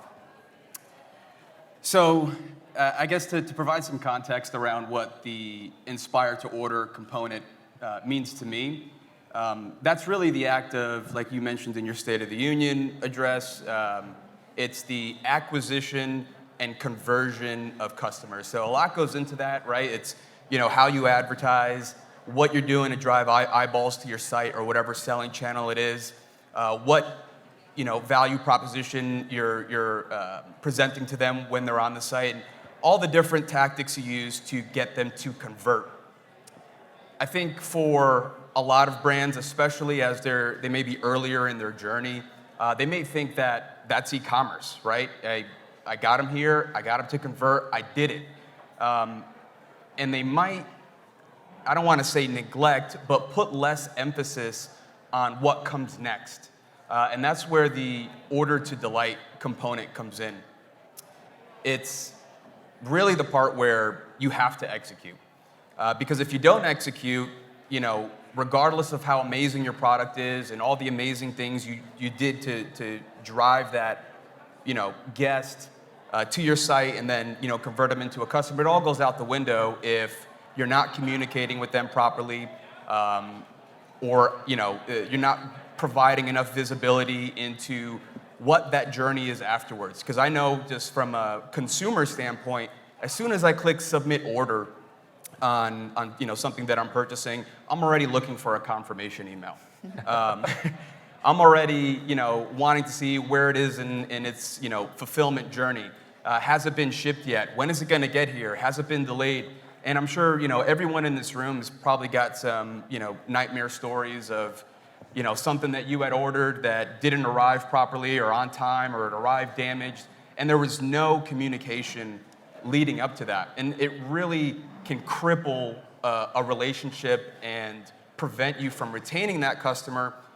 It can hurt the value of your brand and kind of hinder your growth in the future. So, and I can provide a first-hand example of that. None of this is manufactured. I bought a green shirt a couple of weeks ago on social, and the day after I ordered it, they emailed me saying, the order is going to be delayed, we're moving facilities, etc. And a few days later, I was still kind of getting the runaround, and I just canceled the whole order. If they would have said ahead of time, at time of checkout or prior to that their shipping might be a week, right, I probably still would have purchased it. Yep. So, communication is key, and that's really the point. I know it took me a while to get there, but communication every step of the way, even before someone purchases your product. Communicate inventory. Be very transparent with your returns policy ahead of time, because if you're not communicating those things, then things can derail pretty quickly. Right. So I want to stay in the spirit of execution theme and bounce over to the two of you. And Bridget, let's start with you. Because you alluded to the stakeholders, right? And so let's have a stakeholder theme here with executing. The stakeholders that probably vary widely for the Whitney, because you probably have a board of directors, you have a lot of artists, you have more of the business side. How have you navigated that wide variety of stakeholders to execute against especially as a CIO, you have a flood of requests, and everything's always an emergency, and everything's always a priority. How have you navigated that? Yes, it's true. And the philosophy I've taken as CIO at the Whitney was really technology as partners. So from my perspective, my team's role in all of this is really, how are we coming to the table with the lines of business? Our chief marketing officer is one of my best and strongest partners. We're always challenging each other of what's going to come next. So when we realigned all of our earned revenue channels under the CMO role, it really became clear of how are we reaching to these new audiences? Our strategic plan at the museum also has really driven a lot of the strategy. I think sometimes it's hard to not say yes to something, or now we're really trying to change that philosophy of, if we're saying yes to this, what are we saying no to? Because we just can't do everything all at once. So I think it is finding that balance. Again, getting on a platform and resetting that infrastructure for us was a big step from the technology side, because it allows now, I kind of pass the ball back to the CMO. I'm like, okay, what are you trying to do? What audience are you trying to grow? What audience are you trying to reach? And then we can start this kind of game of tennis back and forth of, okay, let's try this new feature and see how that goes. And are we seeing the returns we want? Really honing in on those KPIs and metrics that we're expecting to see, or maybe we're surprised by. So that kind of really tight collaboration and being that partner. And really having that institutional buy-in and perspective around, as a nonprofit as well, we only have so many resources. And our content side is also a big priority when I think about technology and really driving that and the partnership between the both. I think really it's a balancing act for sure. So, Jenny, we already talked about the fact that you have, your sports franchise and game experience. You also have all these different stakeholders you're trying to navigate. How did you take that input and shape it into the requirements? Because you had some promotional requirements. You have things you want to do going forward. How have you navigated that same situation? Well, we have a lot of different types of fans. So trying to leverage the different groups and know that we have shareholders, we have season ticket holders, and we chose Magento as a platform because it was customizable. And as we all know, customizable can also come back on the other side, that every type of a little enhancement or feature that you add in is so much more complex. So having those detailed requirements up front, making sure that the team has signed off on it, so that you can move seamlessly through all of those different groups that we're trying to market to. What were some of the unique requirements you had? Because I know that you needed to quickly be able to promote certain product or demote certain product. Well, we very rarely know who's going to be on the field any given Sunday. So we basically are building out promotions and types of content in scenarios. so that we know that if something happens on or off the field, we can adjust, make sure that we have the content correct, and then move forward. We need to be able to move on without having any, bumps in the road there. Yeah. Jason, let's shift over to you. You used a phrase in our conversation that I loved, building the church for Easter Sunday, right? So if you, how does that relate to the level of investment we should make in an e-commerce channel? Are there metrics around, percentage of GMV? We talked about some of that earlier, but that whole concept of building a church for Easter Sunday, I think, was another kickstart to our conversation with really interesting points. Yeah, well, thank you. I was really inspired by Jenny's stories around some of the challenges that they had around really not being able to know what's going to come at them. Like, does one player who's currently third string get in and score 3 touchdowns? And the next thing you know, you've got this crazy ability to support and market and take advantage of the moment. So that was really where the idea came from. We started talking a lot about, in the world of e-commerce, we've all got an obligation that we've got to build the store for Black Friday or Cyber Monday, or build the church for Easter Sunday. And so, some of the benefits of that, of where we are today in this kind of age of efficiency versus where we kind of came from, the age of excess, is the margins in the software space have actually come down materially. In the commerce platform space, you talked about it beautifully in your opening. They went from what was 2% of GMV a decade ago, when Adobe bought Magento, when Salesforce bought Demandware, and when SAP bought Hybris, part of the reason they acquired them. Today, it's 10%, 20% of those same types of margins. So those dollars that get put back into the merchant's hands go to things like marketing, global expansion, but also the ability to support build the church for Easter Sunday. The ability to have the capacity to support the burst, the crazy performance of a player, the new social media of an artist that's catching fire. So we're in a very different environment than we were in the last few years. So to the merchants, we'll start with you, Jenny. That building a church for Easter Sunday, that has to be relevant to you, because you're every Sunday, as the season progresses, you're closer and closer to the holidays. It's like a convergence of pressure. Absolutely. Our heart of the season is happening right at the apex of holiday. So just picture Cyber Monday Night Football and feel how that would just sink in. So every piece of content that you are planning for, you really have to plan it in scenarios. You can't look at it isolated in one lane, because the possibilities are limitless. You really don't have one area to focus on when you are marketing for a site and some of the marketing that could be at a home football game. Bridget, anything you'd like to add to that? Yeah, I think for us, we have those holiday moments throughout the year, but then we also have this exhibition cycle that we go through. So a good example is recently we had an Edward Hopper show, and for us, we have the largest holdings of Edward Hopper, and the product that really came out around that, and as the New York Times article hit and Art News hit and all of these things, just the trajectory of the amount of attention that we get throughout that life cycle. So it's very high in the lead up to the show. We'd sort of level out in the middle there, and then at the end, it becomes that final opportunity to come experience this exhibition in person, and what does that feel like? So we're not only planning for the holiday and the Father's Day, Mother's Day, and those areas for us, but also this cycle we have around our exhibitions, and especially something like the biennial that's coming up this March. We're already and have been planning around what are those moments throughout that journey? What are those activations that are happening? So it is sort of always on. And we never know what, it's going to spark something on social media with one of our artists, or it really could come from anywhere. Yeah, I think some of the nuggets in building that church for Easter Sunday are keeping in mind scalability.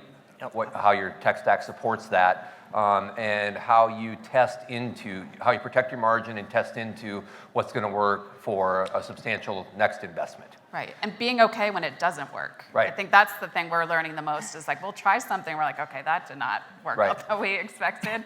But then we know, right? Like, so that idea, and I think that really resonated from the keynote earlier, is this idea of like, be okay with failing. Right. You know, it's the only way we sort of learn, and we're like, okay, not gonna do that again, now we know. It's interesting what a consistent theme and topic that's been today, right? Ila talked about it, Larissa talked about it, you're talking about it. So whether it's an individual's journey or a more entrepreneurial founder-driven company or a bigger organization, that sort of spirit is, I think, what helps a business move forward.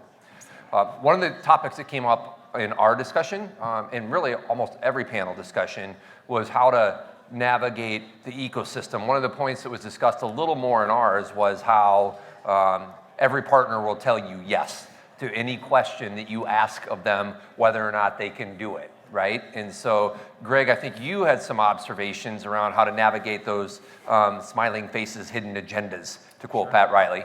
And so share with us some of those thoughts, please. Yeah, you know, it's a big universe in the e-commerce space. As much as it's, you know, it seems small, there's a lot of folks out there that are promising the same thing, and it's really tough to kind of cut through the noise and figure out what's going to work best for my business.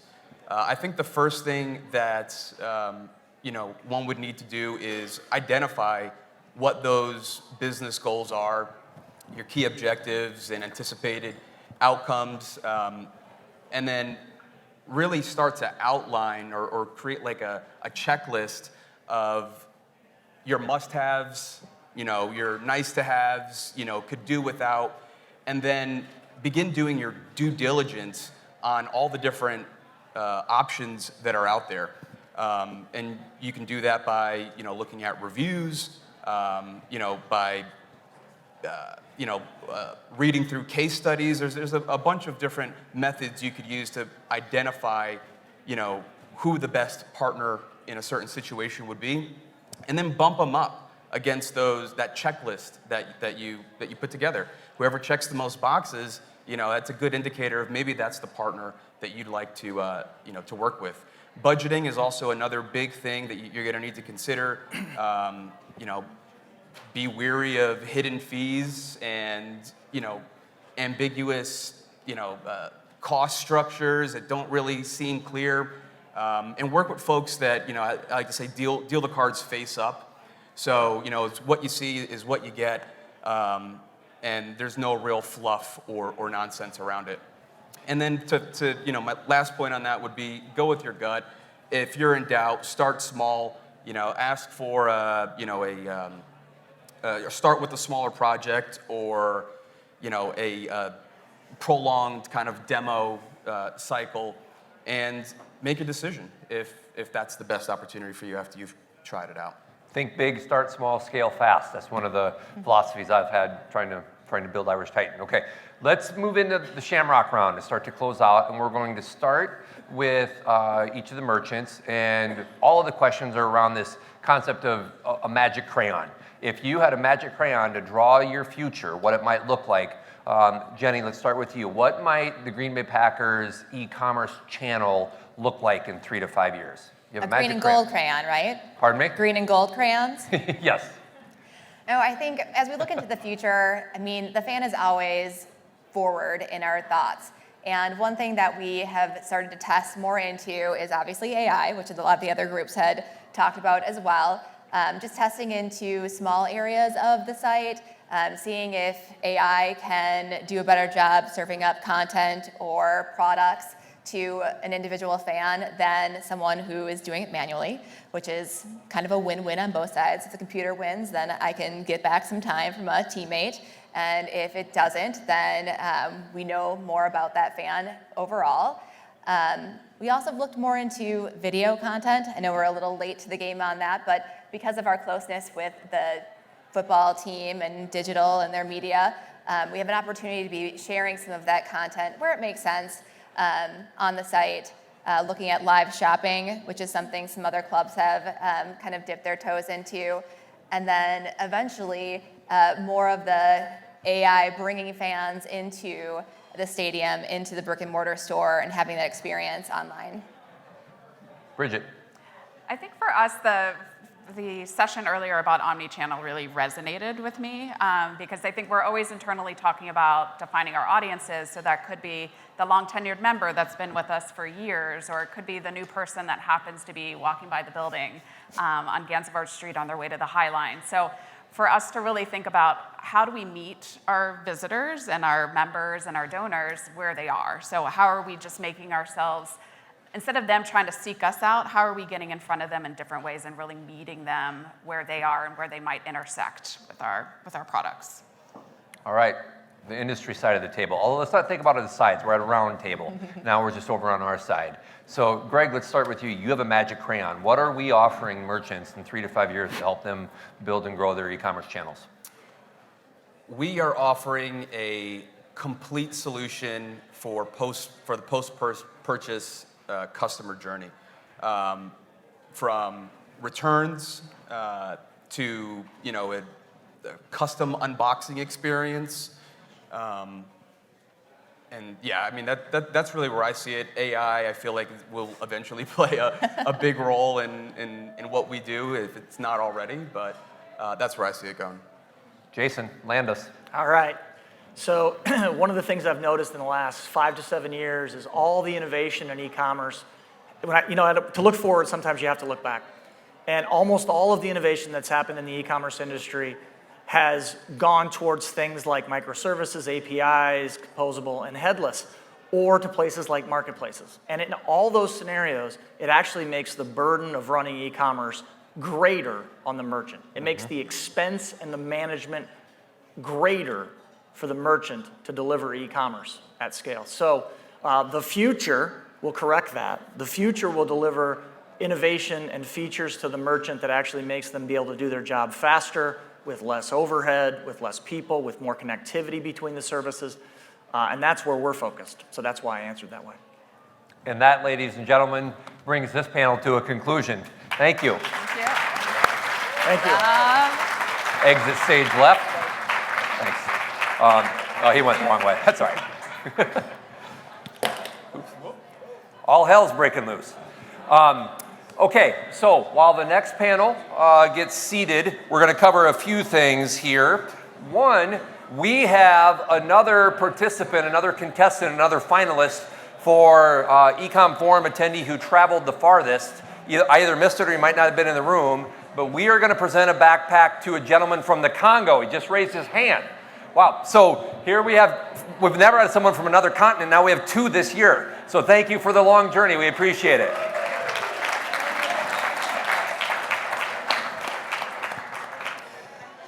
All right, so I mentioned that I changed clothes to get a little more comfortable. First, I put on a vest from my good friend, Rachel Jacobs, many people's good friend in the industry. So it's her anniversary in a couple of days. I think we should send condolences to Steve, her husband. Can you imagine being married to Rachel, for those of you who know her? She's got to be exhausting. And secondly, I got more comfortable because I am wearing green cowboy boots from this gentleman right here. We'll do introductions here in a second. Okay, so we are going to talk about growing an e-commerce brand. What do horses and boots have in common? E-commerce. So, introductions going left to right. Right here, we have Dilyar Askar, who is, in a boring way, his title is Head of Community and Evangelism at Just Uno. The way I like to describe Dilyar, he's the biggest heart in e-commerce, okay? So you'll see more of that.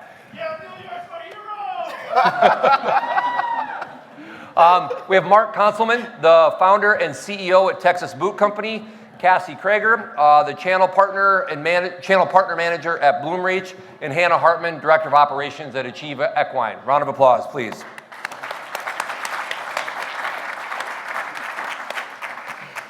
So let's get rolling. Hannah, we're going to start with you. Sounds okay? Good. Or let's get out of the gates with you, Yeah. right? You've been growing Achieve Equine's e-commerce channel for a while now. You've been there and building it for a long time. What do you see today that's different from a few years ago or even a few months ago? Yeah, that's a great question. So, as you can probably tell from the name of our company, Achieve Equine, we have something to do with horses. How many of you are familiar with a Breathe Right strip for people? You've seen those? Well, Breathe we Right make them strip. for horses. And so we were B2B for a number of years before we launched our e-commerce in 2017. So we were watching e-commerce trends from looking at how that was impacting our B2B side. And we got into e-commerce and have been growing that for the past 6 years. What we've seen is with the rise in all of the different ways that consumers can purchase our product, the need to maintain brand integrity and accurate messaging with unauthorized resellers on platforms, and how we can enforce that, keep our messaging consistent, make sure that claims on our product are accurate across multiple different channels, whether they're coming through our e-commerce platform or making sure that the customer journey through one of our authorized B2B partners platforms is a successful experience. And so really that brand integrity, abiding by minimum advertised price policy, so that our customers are happy regardless of whose e-commerce platform that they purchase that product through.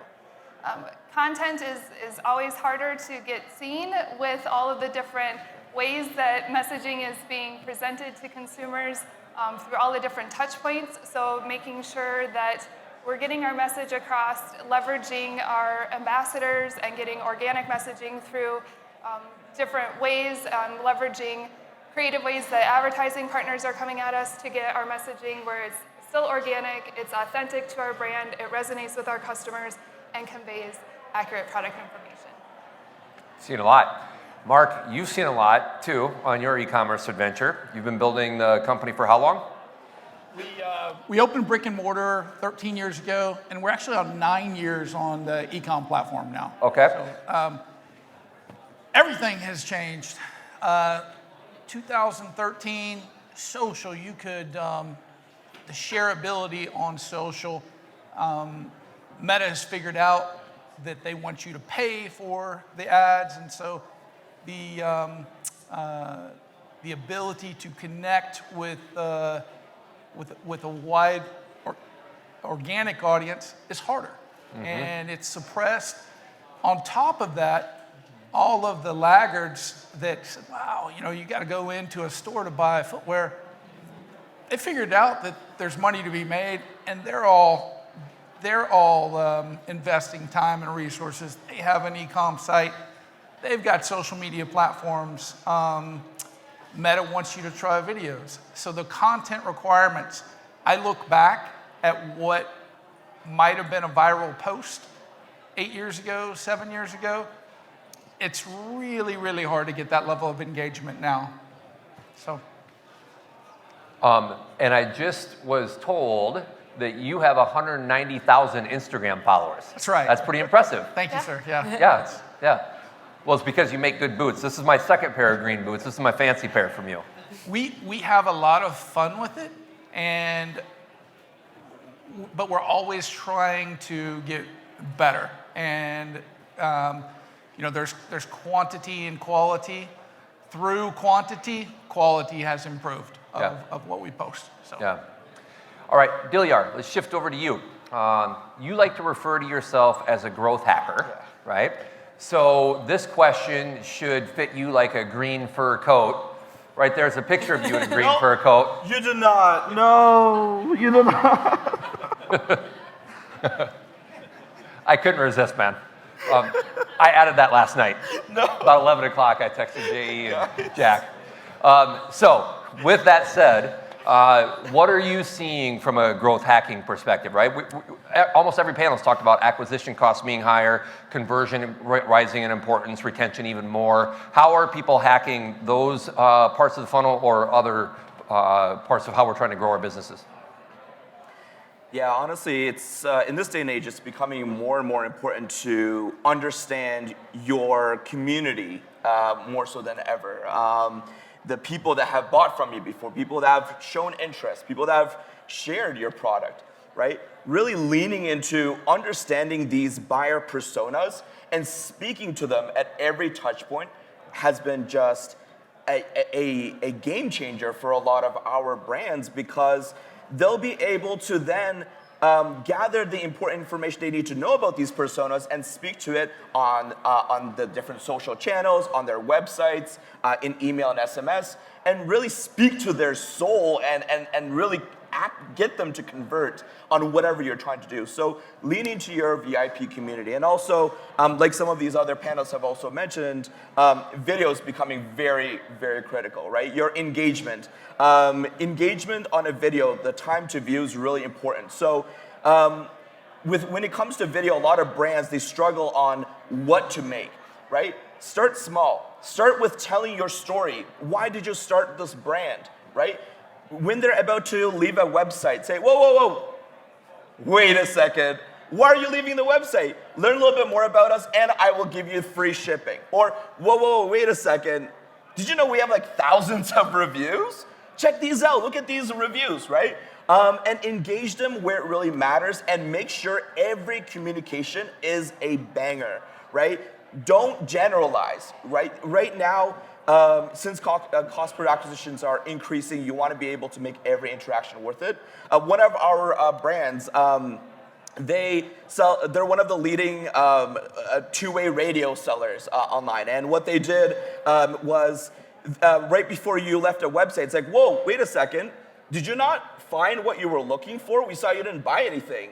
Like, tell us what you're looking for. It's almost like a customer service rep, like raising their hand.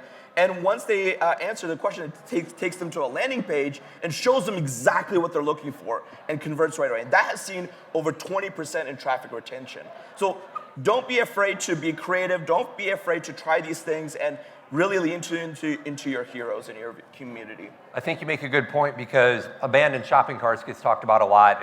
It's a best practice. Most people have it in place. Not everybody, and if you don't, you should. But site abandonment is an invested area for flows. So I think that can make a big difference. Cassie, in our conversations, one of the things you talked about the most was that one version of the truth, and aspiring to that because of all of the different silos that we all struggle through with different data, whether it's on the product side or the customer side, even the order side sometimes. Share with all of us some of your thoughts about how we can try to jump over that hurdle. Yeah, so at Bloomreach, we have a lot of customers that come to us. They have a lot of data on their customers, or they have a lot of product data. But it's not so much that they have access to it, but they don't know how to activate it. And how do they activate it in real time in a way, like Dilyar was saying, that makes sense to each of their customers, not just generally their customer base.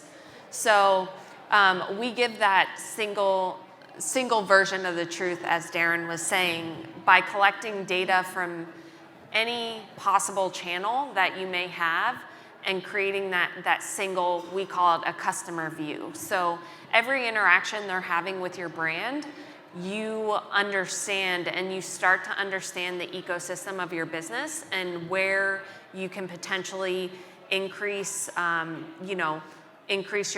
ad spend by targeting people who are gonna click on your ads, or even anonymous users that come on your site. How can you utilize that data to create a lookalike audience to then skyrocket that ad?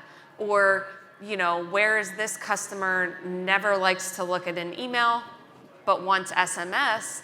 How do we cater to them in an automated way? Because you can't possibly look at all your customers and say, okay, I'm gonna send her an email, him an SMS. So how do you utilize technology and the human touch of the marketer to really create this seamless, what Bloomreach likes to say, a limitless experience? So we like to empower those marketers to really have a vision of what they want to accomplish with their brand story and tell it in a way that matters to that customer. So it seems as though you know the customer and they want to come to your site instead of shopping through a third party or a marketplace. because the value you can provide to them and the story you can tell to them. It creates intimacy Yes. and trust. At scale. Right. Achieve Equine is one of the few merchants we have on stage today that has both B2B and B2C, which is sort of interesting given your business. So what are some of the strategies you've used in either channel to amplify the other? Yeah, so the flare strips were co-invented by Dr. Jim Chiappetta, who's in the audience, and the story of how the strips came to be is pretty neat. But at the core, we love horses. Our customers love horses. We have this common thread, and we're very intentional about getting out and talking to our customers, figuring out what messaging works and how we can convey those messagings to drive demand through all channels, be that B2B or B2C.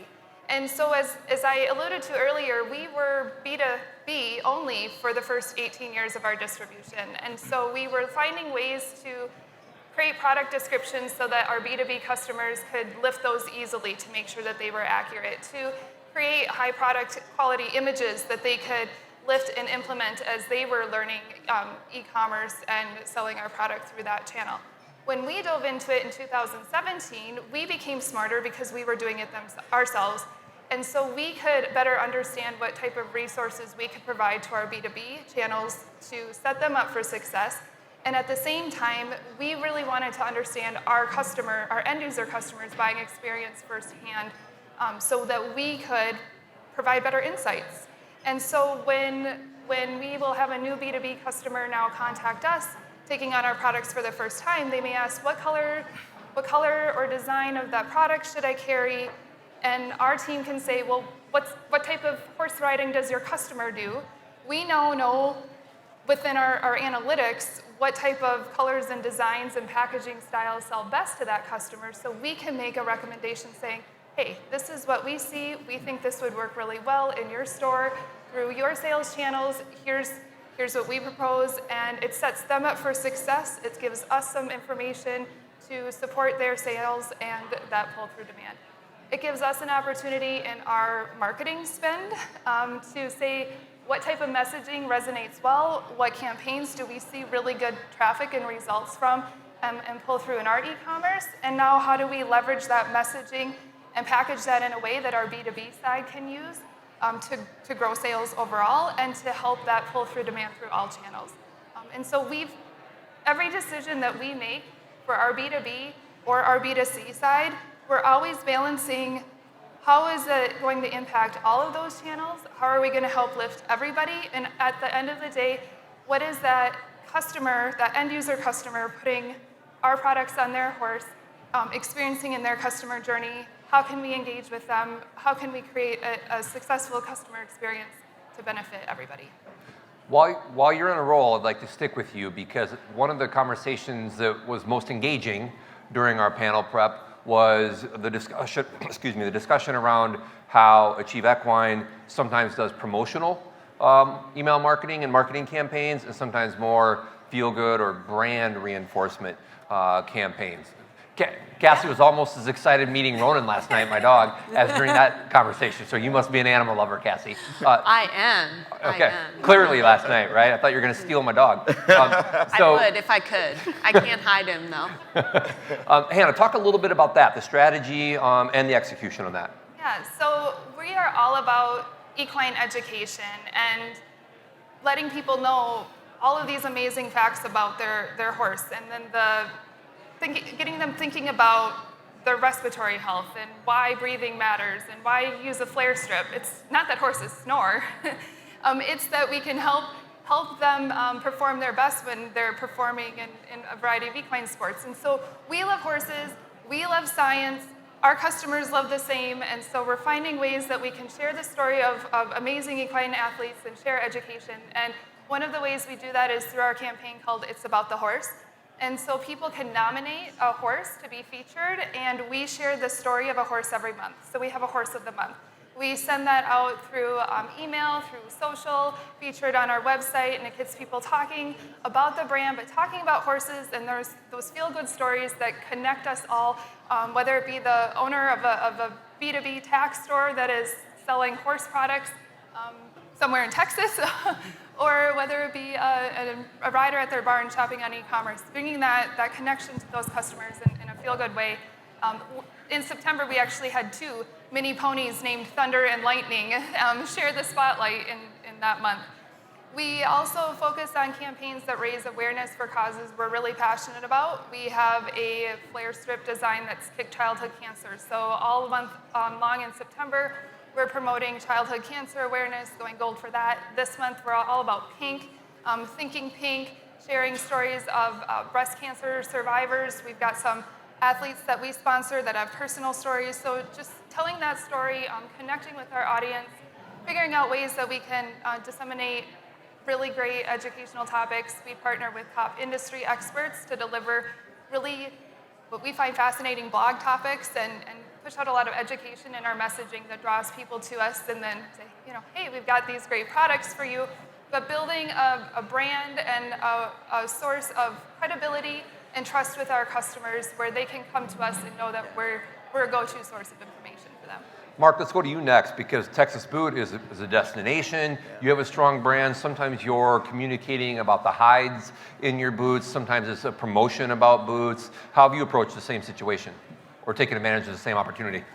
Well, a couple things we found out is the more we showcase our excitement and our passion in a digital format, the higher brick and mortar sales are going, and people want to experience that. And that also is the crux of our challenge, is how do we take the in-store experience, just to kind of echo on some of the other things that were said. In-store, you can read facial expressions. Online, very tough to do that. But as far as telling stories, we can do that in store, and we know when they're hooked and we can keep going. Online, we kind of got to be very careful with telling one story. Somebody may want tall fashion boots, but if we're telling that story, but to somebody who wants riding boots, so that's a challenge for us, and we're looking for that, to cultivate the narwhals. And but short answer, we can showcase our passion. We can showcase the breadth. That has definitely grown the e-commerce platform and the channel, but it's also actually grown brick and mortar because they're traveling, because they want to experience it firsthand. They can complement each other. Yes. Yep. And I'd like to add to that, because we have a lot of brands that come to us wanting to connect that in-store and online experience, and really to bring it full circle, and especially when you have a high consideration item, whether that be furniture or boots that cost a lot of money. There's a lot that goes into the decision-making process. And so one of our retailers, we were able to connect that experience for them, and they saw a lift of $400,000 of revenue in a month. Wow. From just simply allowing their customer to know that they're known both in store and online in a seamless way, helped increase that conversion and make it faster. If I may real quick, I'm really curious to know how many merchants actually have the zip code, accurate zip code of their customers. Because what you said, Cassidy, with that amazing number, one of our clients, they sell ice cream. On their website, they collected their visitors' zip codes whenever they had traffic on their site, after they've given their email and SMS, and say, hey, whenever we have a new flavor drop, we're going to message you in your area and you're going to come shop. That simple messaging alone on the website drew over 500% in conversions on the website, which is just astronomical. So don't be afraid to want to get to know more of your clients and ask them those questions. And in terms of offline as well, what's a really cool growth hacking tip is simple. You could have something as simple as a QR code right beside your cash register and say, hey, if you scan this code and you go through our buy now, pay later solution or our subscription solution, you can save X amount and you can get all these exclusive drops, or you can get all these invites to exclusive events that we have. and direct that code to a landing page and engage with them online as well, so that you're unifying that experience and messaging and personalizing your interactions with them throughout. So let's end with the Shamrock round on the industry side, and let's start with you. AI. We've definitely talked about it. I don't feel like we've consumed our time with it. I think some of that subsided over the last 6 to 8 months when previous events sometimes were just consumed with AI content and concern. What are your thoughts on AI and how it's going to be incorporated into our industry's future?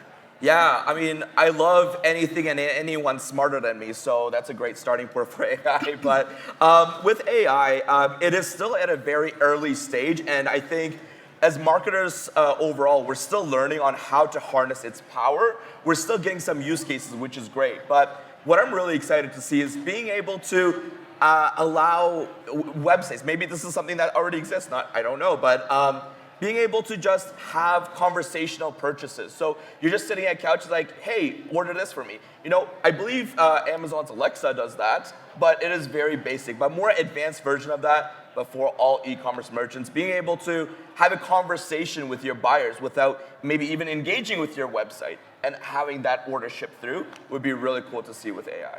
Nice.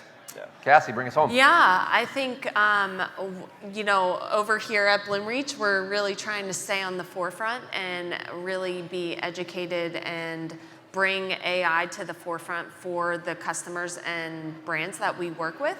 And so we're about to launch a new product that's our conversational AI product called Clarity. And the cool thing about it is that conversation for your customer, but Clarity will also be available on the platform to the marketer and the merchandiser. So if there's an analytic that you want to look at, you can literally have a conversation with the platform and say, hey, I want to drill down into, you know, revenue this past month. Why was it down?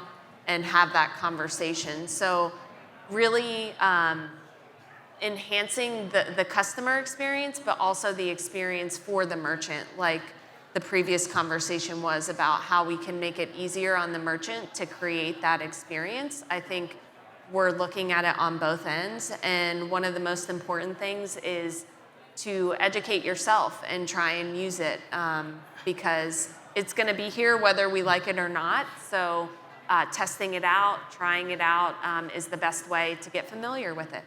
Yeah, were you going to say something? Super quick. To add on to what Cassie mentioned also with AI, one of the things I'm advocating here at Just Know is also, the fact that a lot of marketers don't seem to really look deeply or truly understand the data that they have collected. I'm really excited for the potential of AI being able to really distill it down and tell a story that they can then make actionable, then they can take action upon those insights. Being able to understand on a whim and take action quickly is becoming more and more important as well. So that's what I'm also excited about. All right, let's give a round of applause to our last Grow panel. You can exit stage left. Thanks, guys. All right, so we're going to shift some chairs around. That was almost dangerous. While we get ready for the Hustle panel, which is our last panel before we can all start to enjoy some off-duty crack. A couple things that we're going to go through real quickly. We have 2 prizes to give away, because we have an additional one that had slipped past my radar. So let's start this way. How many, stand up if this is your first Ecom Forum that you've been to?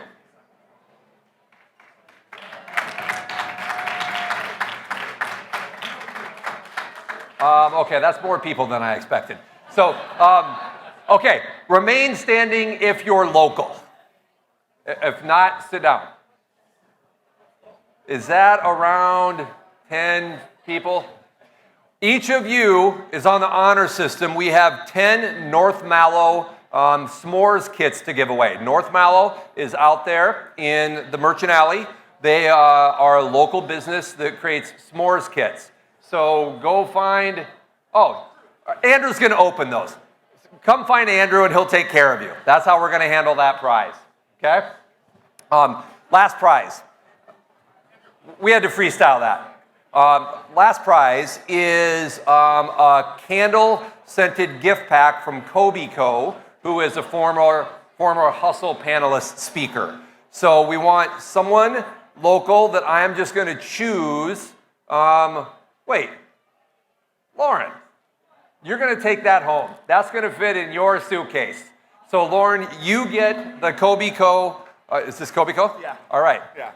Lauren, right there. All right. So, I'll leave that out. All right. Before we get started, I want to settle in. This is my favorite part of the event.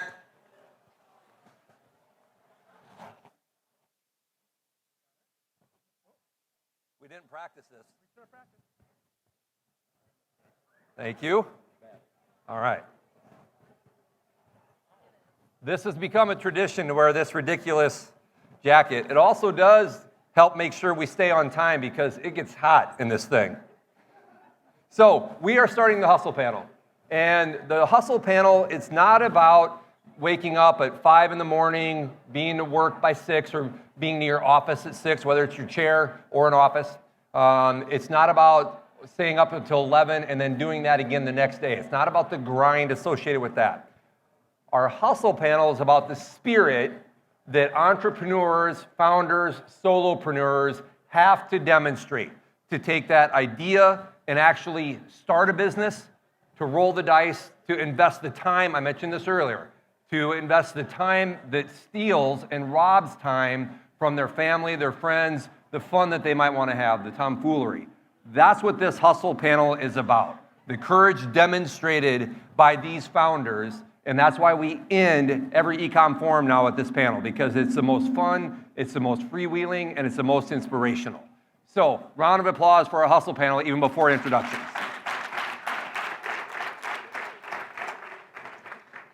So, we are actually going to let each of them introduce themselves, which is a different spin from the previous panels where we hustle through the introductions so we don't burn time when we get to the content.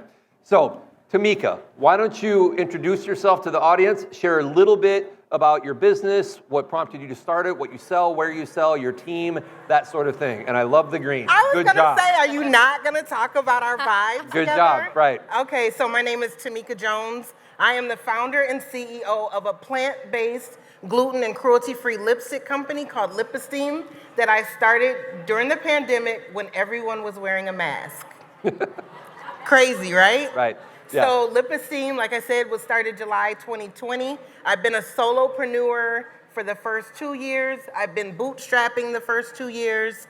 Now I've finally added one team member, which takes a lot to add people, but I've added my director of operations, who's also my daughter, and to my team. And so, yeah, we're gradually scaling. Right. Yeah, starting a Lip Esteem lipstick business during the pandemic with masks makes as much sense really as any of us starting any business at a given time. That's great. I love it. Right. Okay, Jenna, next. I am Jenna Pugh. I am a co-founder of Posh Pickler, a pickleball accessory company. So, fastest growing sport in the US. And if you can't answer the question, do you play pickleball, with saying yes, you definitely know somebody that does. Went out, tried to find a gift in the market for my mom, who is a pickleball player, and there was nothing out there. So her and I teamed up and launched our own company with some fashionable, functional pickleball accessories. And I think that Merchant Alley proves its worth with a comment I heard during the break where one of my friends said that she bought a bunch of stuff that she didn't even know existed because she's just getting into pickleball. Exactly, and we just launched 6 months ago, so we're brand new, and it's been great so far. Good. Larry, introduce yourself to the audience if somehow they don't know you since you've been to every Ecom Forum. Yeah, I'm Larry. I have the pleasure of attending all 9 years of Ecom Forum. I won an award last year, so maybe people recognize me from that. Thank you, Larry. You probably don't recognize me because I'm usually at the bar waiting for the next free drink, but I'm the founder of a men's skincare brand called Atomic Age that I started earlier this year. And so I joke that from 9 to 5, I worked for a company called BrandLab doing post-purchase experience in e-commerce. From 5 to 9, I'm a dad and husband. And then from 9 to midnight, I'm running a side hustle, so for e-commerce.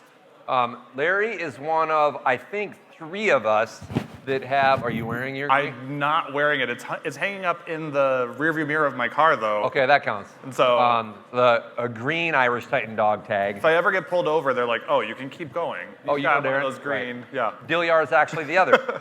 Okay, so let's start around the inspiration about why any of us have started our businesses. And Jenna, let's start with you.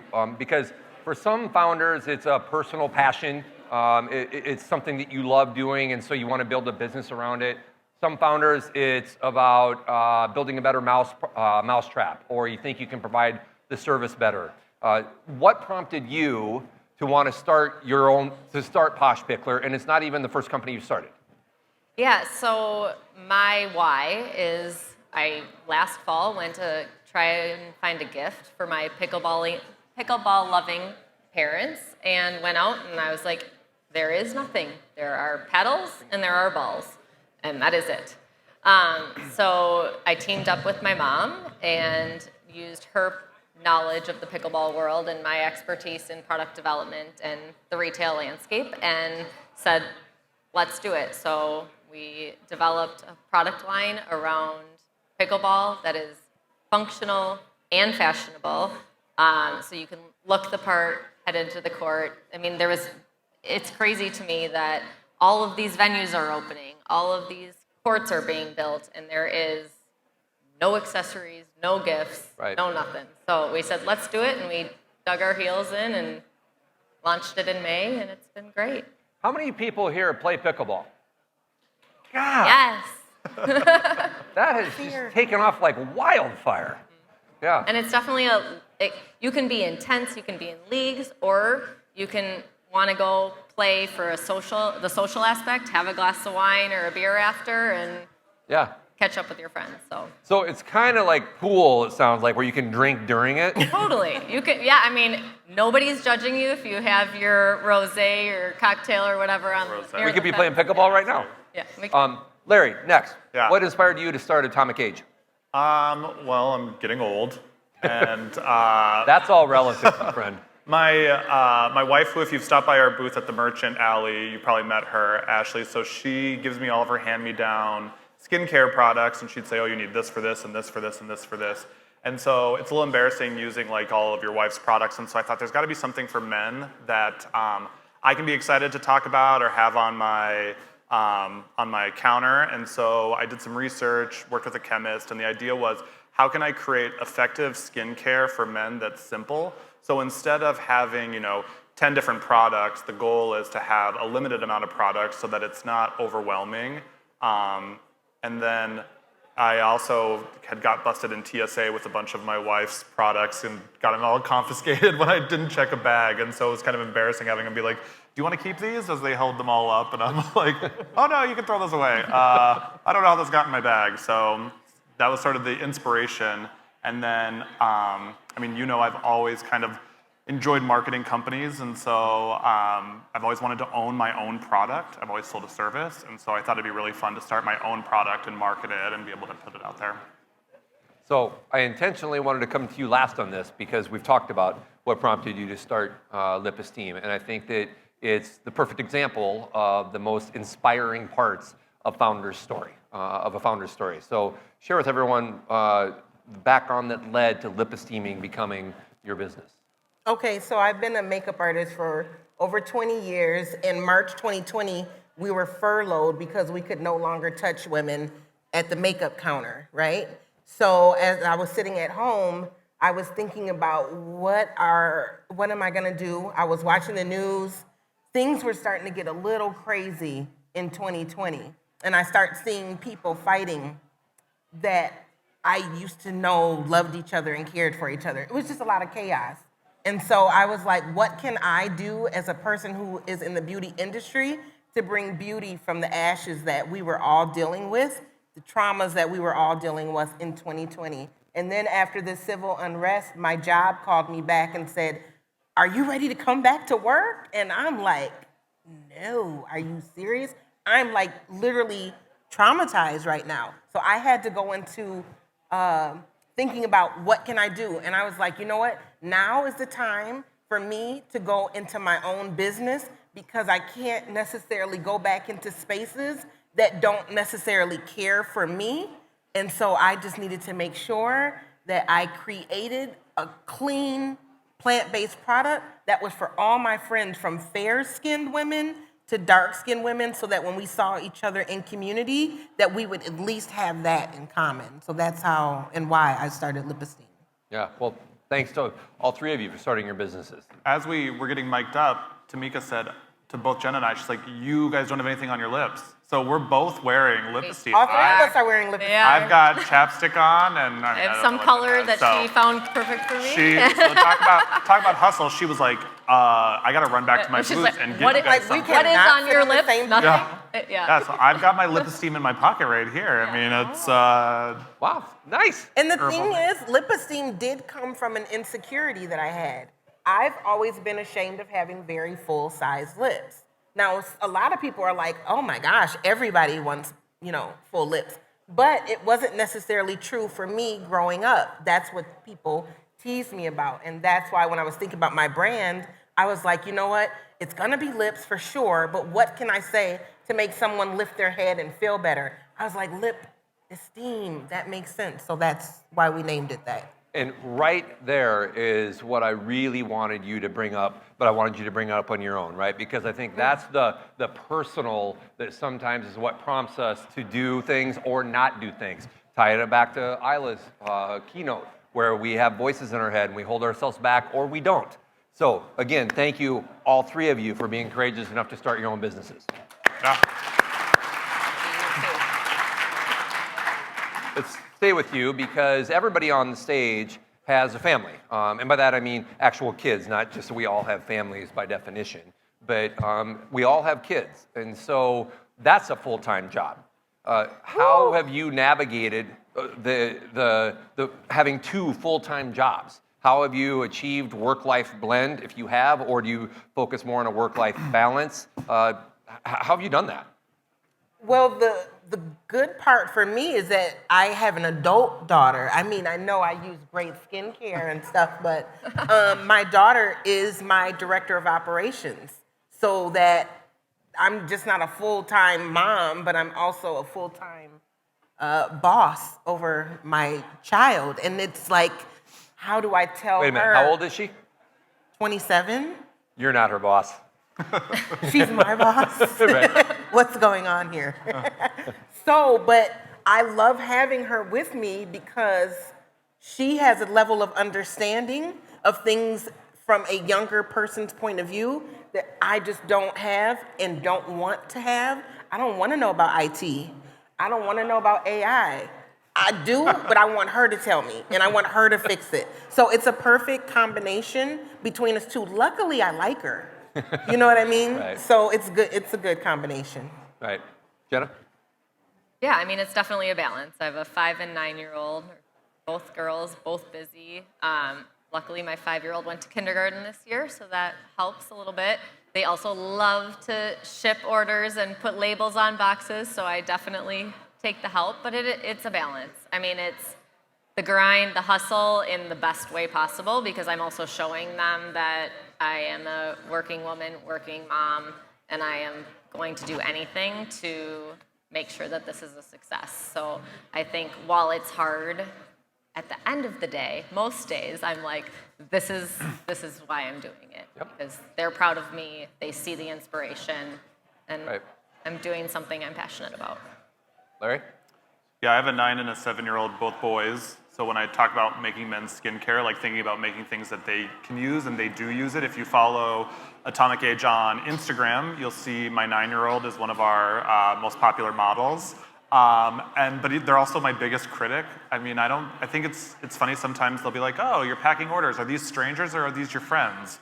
And they're like, has anybody bought it today? Like people, they're always quizzing it. Or my 9-year-old just came home the other day. He's like, yeah, I Googled your company and I was reading your About Us page and you said mid-30s, but you're late 30s. And so Or my 7-year-old the other day told me that I smelled like noodles. So it's like, they're my biggest critics, but also the biggest cheerleaders. And so they're always trying to figure stuff out, and we're trying to make it more of a family business. So let's keep digging deep on some of these topics. And I think that's a really relevant topic because lots of people talk about work-life balance, which that's a good concept. The spirit behind it's good. I like to think more about work-life blend. Because I think if you consider balance, if you visualize balance, it's an either-or. It's like a teeter-totter. And if you think about blend, it's how you put the two together. And I think that at least for founders, family-owned businesses, et cetera, that has worked better, at least for me. Like when Irish Titan was younger, I'd pick my girls up from school, bring them to the office, they'd process checks, test websites. I used to take my youngest with me to meetings. The ladies not here that I met at Good Day Cafe, a lot of people locally know Good Day Cafe. I took my youngest daughter when she was 6 to a breakfast meeting I had where I'd asked the lady if I could take her. And she was like, yeah, no problem.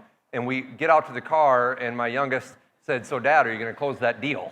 I'm like, I didn't even know you knew that lingo, And it does teach them a lot of good lessons. And I think if you can approach and navigate that blend, then both are actually better for it. So let's stay personal and tie the next conversation to our keynote last year, which was Laura Boyd, a good friend of mine. She talked a lot about imposter syndrome.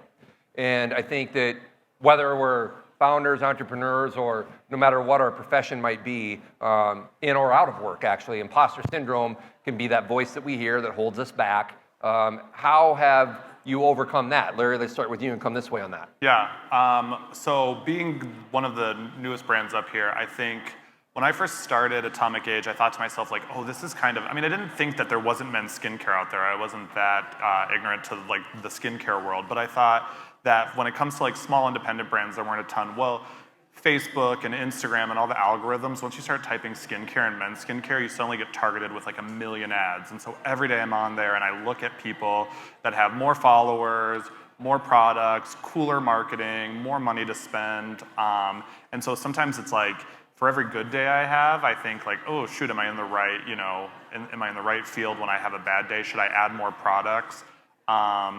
I think that a lot of times that my wife keeps me grounded when she'll be like, just stay in your lane, focus on what you're focused on. A lot of people come to me and they say, you're targeting the worst market. Like men are the worst market to target because they take they have to see an ad 12 times before they convert. They don't talk to their friends about their favorite products. They don't leave reviews on their website. I've sold over 180 orders in the last like 90 days, and I have 20 reviews on my website, right? And so they don't talk about the things they like, but I don't want to be everything for everybody, and I want to kind of focus on what I'm focused on. So I try to remind myself. I put together like a little scorecard of things that I wanted to accomplish before the end of the year. So have somebody talk about me on social media, get a wholesale order. I added speak on a panel. That wasn't one of my goals for 2023. Now it is, and so I wanted to be able to check it off. But I think that helps me with imposter syndrome. I think also, it's not really your question, but trolls. I told Jen from the Packers I would talk about this, so I don't know if she's still in here, so hopefully she sees that I'm bringing it up, but I have people who leave negative comments on my ads all the time, and I think that used to get me down. I had a guy the other day who, we're all drinking and we're friends here, so he said, hey, can I put Atomic Age on my wiener? And that was his actual comment. You can go on my social media and I can confirm this. He sent me a screenshot. Yeah. So I commented about how we're all natural, we prefer you leave it on your face, but you can use it wherever you want, and it fights wrinkles. And then he said something else that was inappropriate, and I created his comment. His name was Milton. He put it out there.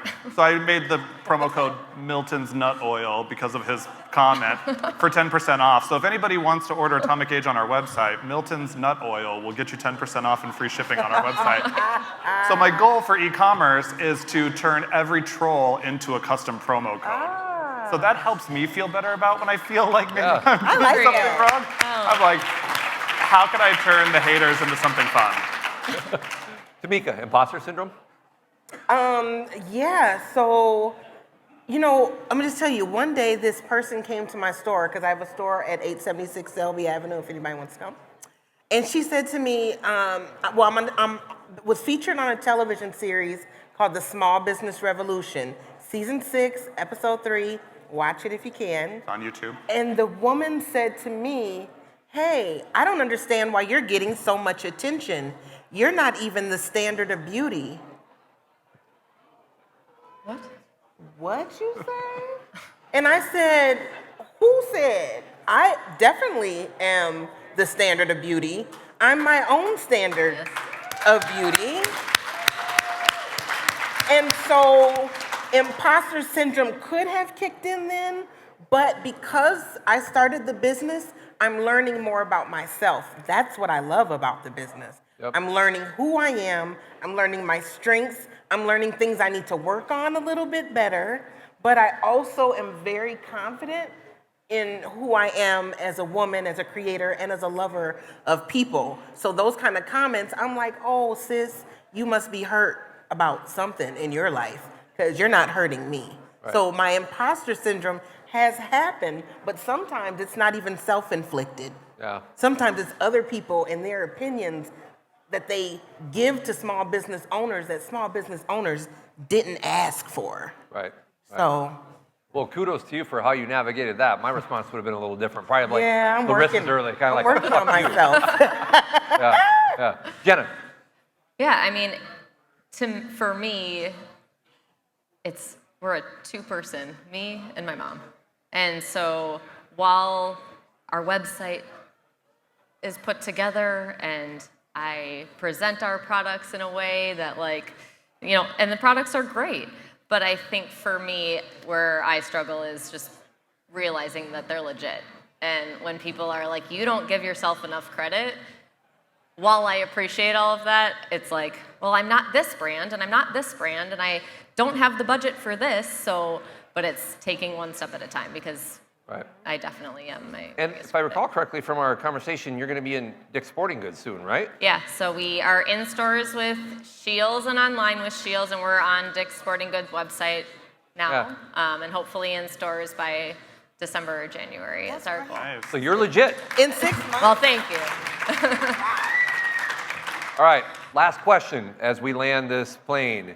We're going to start with you, Larry. Let's talk about what's been most humbling. Like, what did you not anticipate being a problem or a failure you didn't anticipate or feedback? What's been most humbling?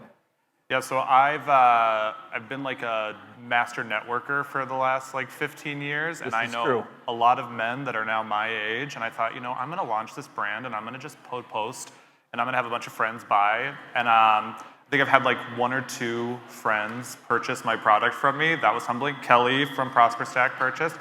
Darin from Irish Titan has not purchased. Darin from Irish Titan has not purchased. Darin. And so I think that was kind of humbling for me. I think I kind of thought in the back of my mind, especially when I pitched it to my wife about starting this brand, I was like, I know a ton of guys that are going to buy this. And so that's been a little bit humbling to see. People are supportive, which I appreciate, but that was something that I had to kind of then figure out what's the next step. How am I going to get this product in front of so many people? I mean, one thing we didn't talk about is all the new iOS updates and things where you can't market and target people the way that you could before. So I'm kind of getting to the game a little late to some of that targeting. But just kind of trying to figure out how to get my product out there. I think also when you tell people at my age that you own a men's skincare line, they look at your skin right away, and then sometimes they have to tell you that you've got great skin, like I asked, so sometimes that's super humbling to I've been watching your skin the whole time. Thank you. It looks really good. Thank you. Small pores. Yeah, now I'm gonna turn bright red. So that's super humbling as well. I think I'm still being humbled every day. I'm only 150 days in. Well, you know why I haven't bought your product? You didn't have us build your website, Larry. That is true. I built the website myself. So. Startup life. Yeah. Jenna, how about you? It's all humbling. Honestly, every step of the way is but what I get most excited about, I don't know if that's really your question, but is when I see the excitement from other people. When I see them be like, wow, this is really quality product. Or I see it at the pickleball court and they're using the product. But it's all humbling, it's all hard, it's all it just every step of the way is tough. But the grind, the excitement, the product shipping out to customers is the most exciting thing. Tell them to stop for a minute. We're almost done. Tamika, close us out. So I'm humbled every day. It's very hard being a solopreneur. It's also very hard bootstrapping your business and not having the generational wealth to go to banks and say, hey, I have an awesome product. Please believe in me and support me by giving me X, Y, and Z, right? So then that just makes me want to go harder. The other thing is my social capital has grown so much, and everybody thinks about financial capital as the end all to be all, but no, it's these relationships that we have with each other that really helps me to continue to scale my business 187% every year. So it's all humbling. I thank God to give me the gift of lip esteem, and then my gift is to be able to give it to everybody else. So Great. It's an exciting Great. time. Thank you for your messages and for your comments and everything you've done. Round of applause.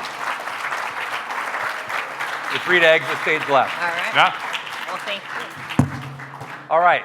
So we are going to wrap up. A few very brief housekeeping points, because I know nobody wants to listen to me. We all want to get over there. But real quickly, don't forget, we have plenty of green baseballs that you can get autographed by Ila Borders. Let's give a round of applause to MCN6, please, while we're still here. Let's also give a round of applause to the Hutton House staff. I want to make sure they get appreciated. They're doing a great job. Thank you to them. Thank you to speakers and sponsors. Don't forget, Merchant Alley is out there. That's going to be open. And so make sure to engage with them, support them. Many of our former speakers, especially Hustle Panel speakers, are out there. So with that said, like any good KISS concert, we're going to go out with a bang.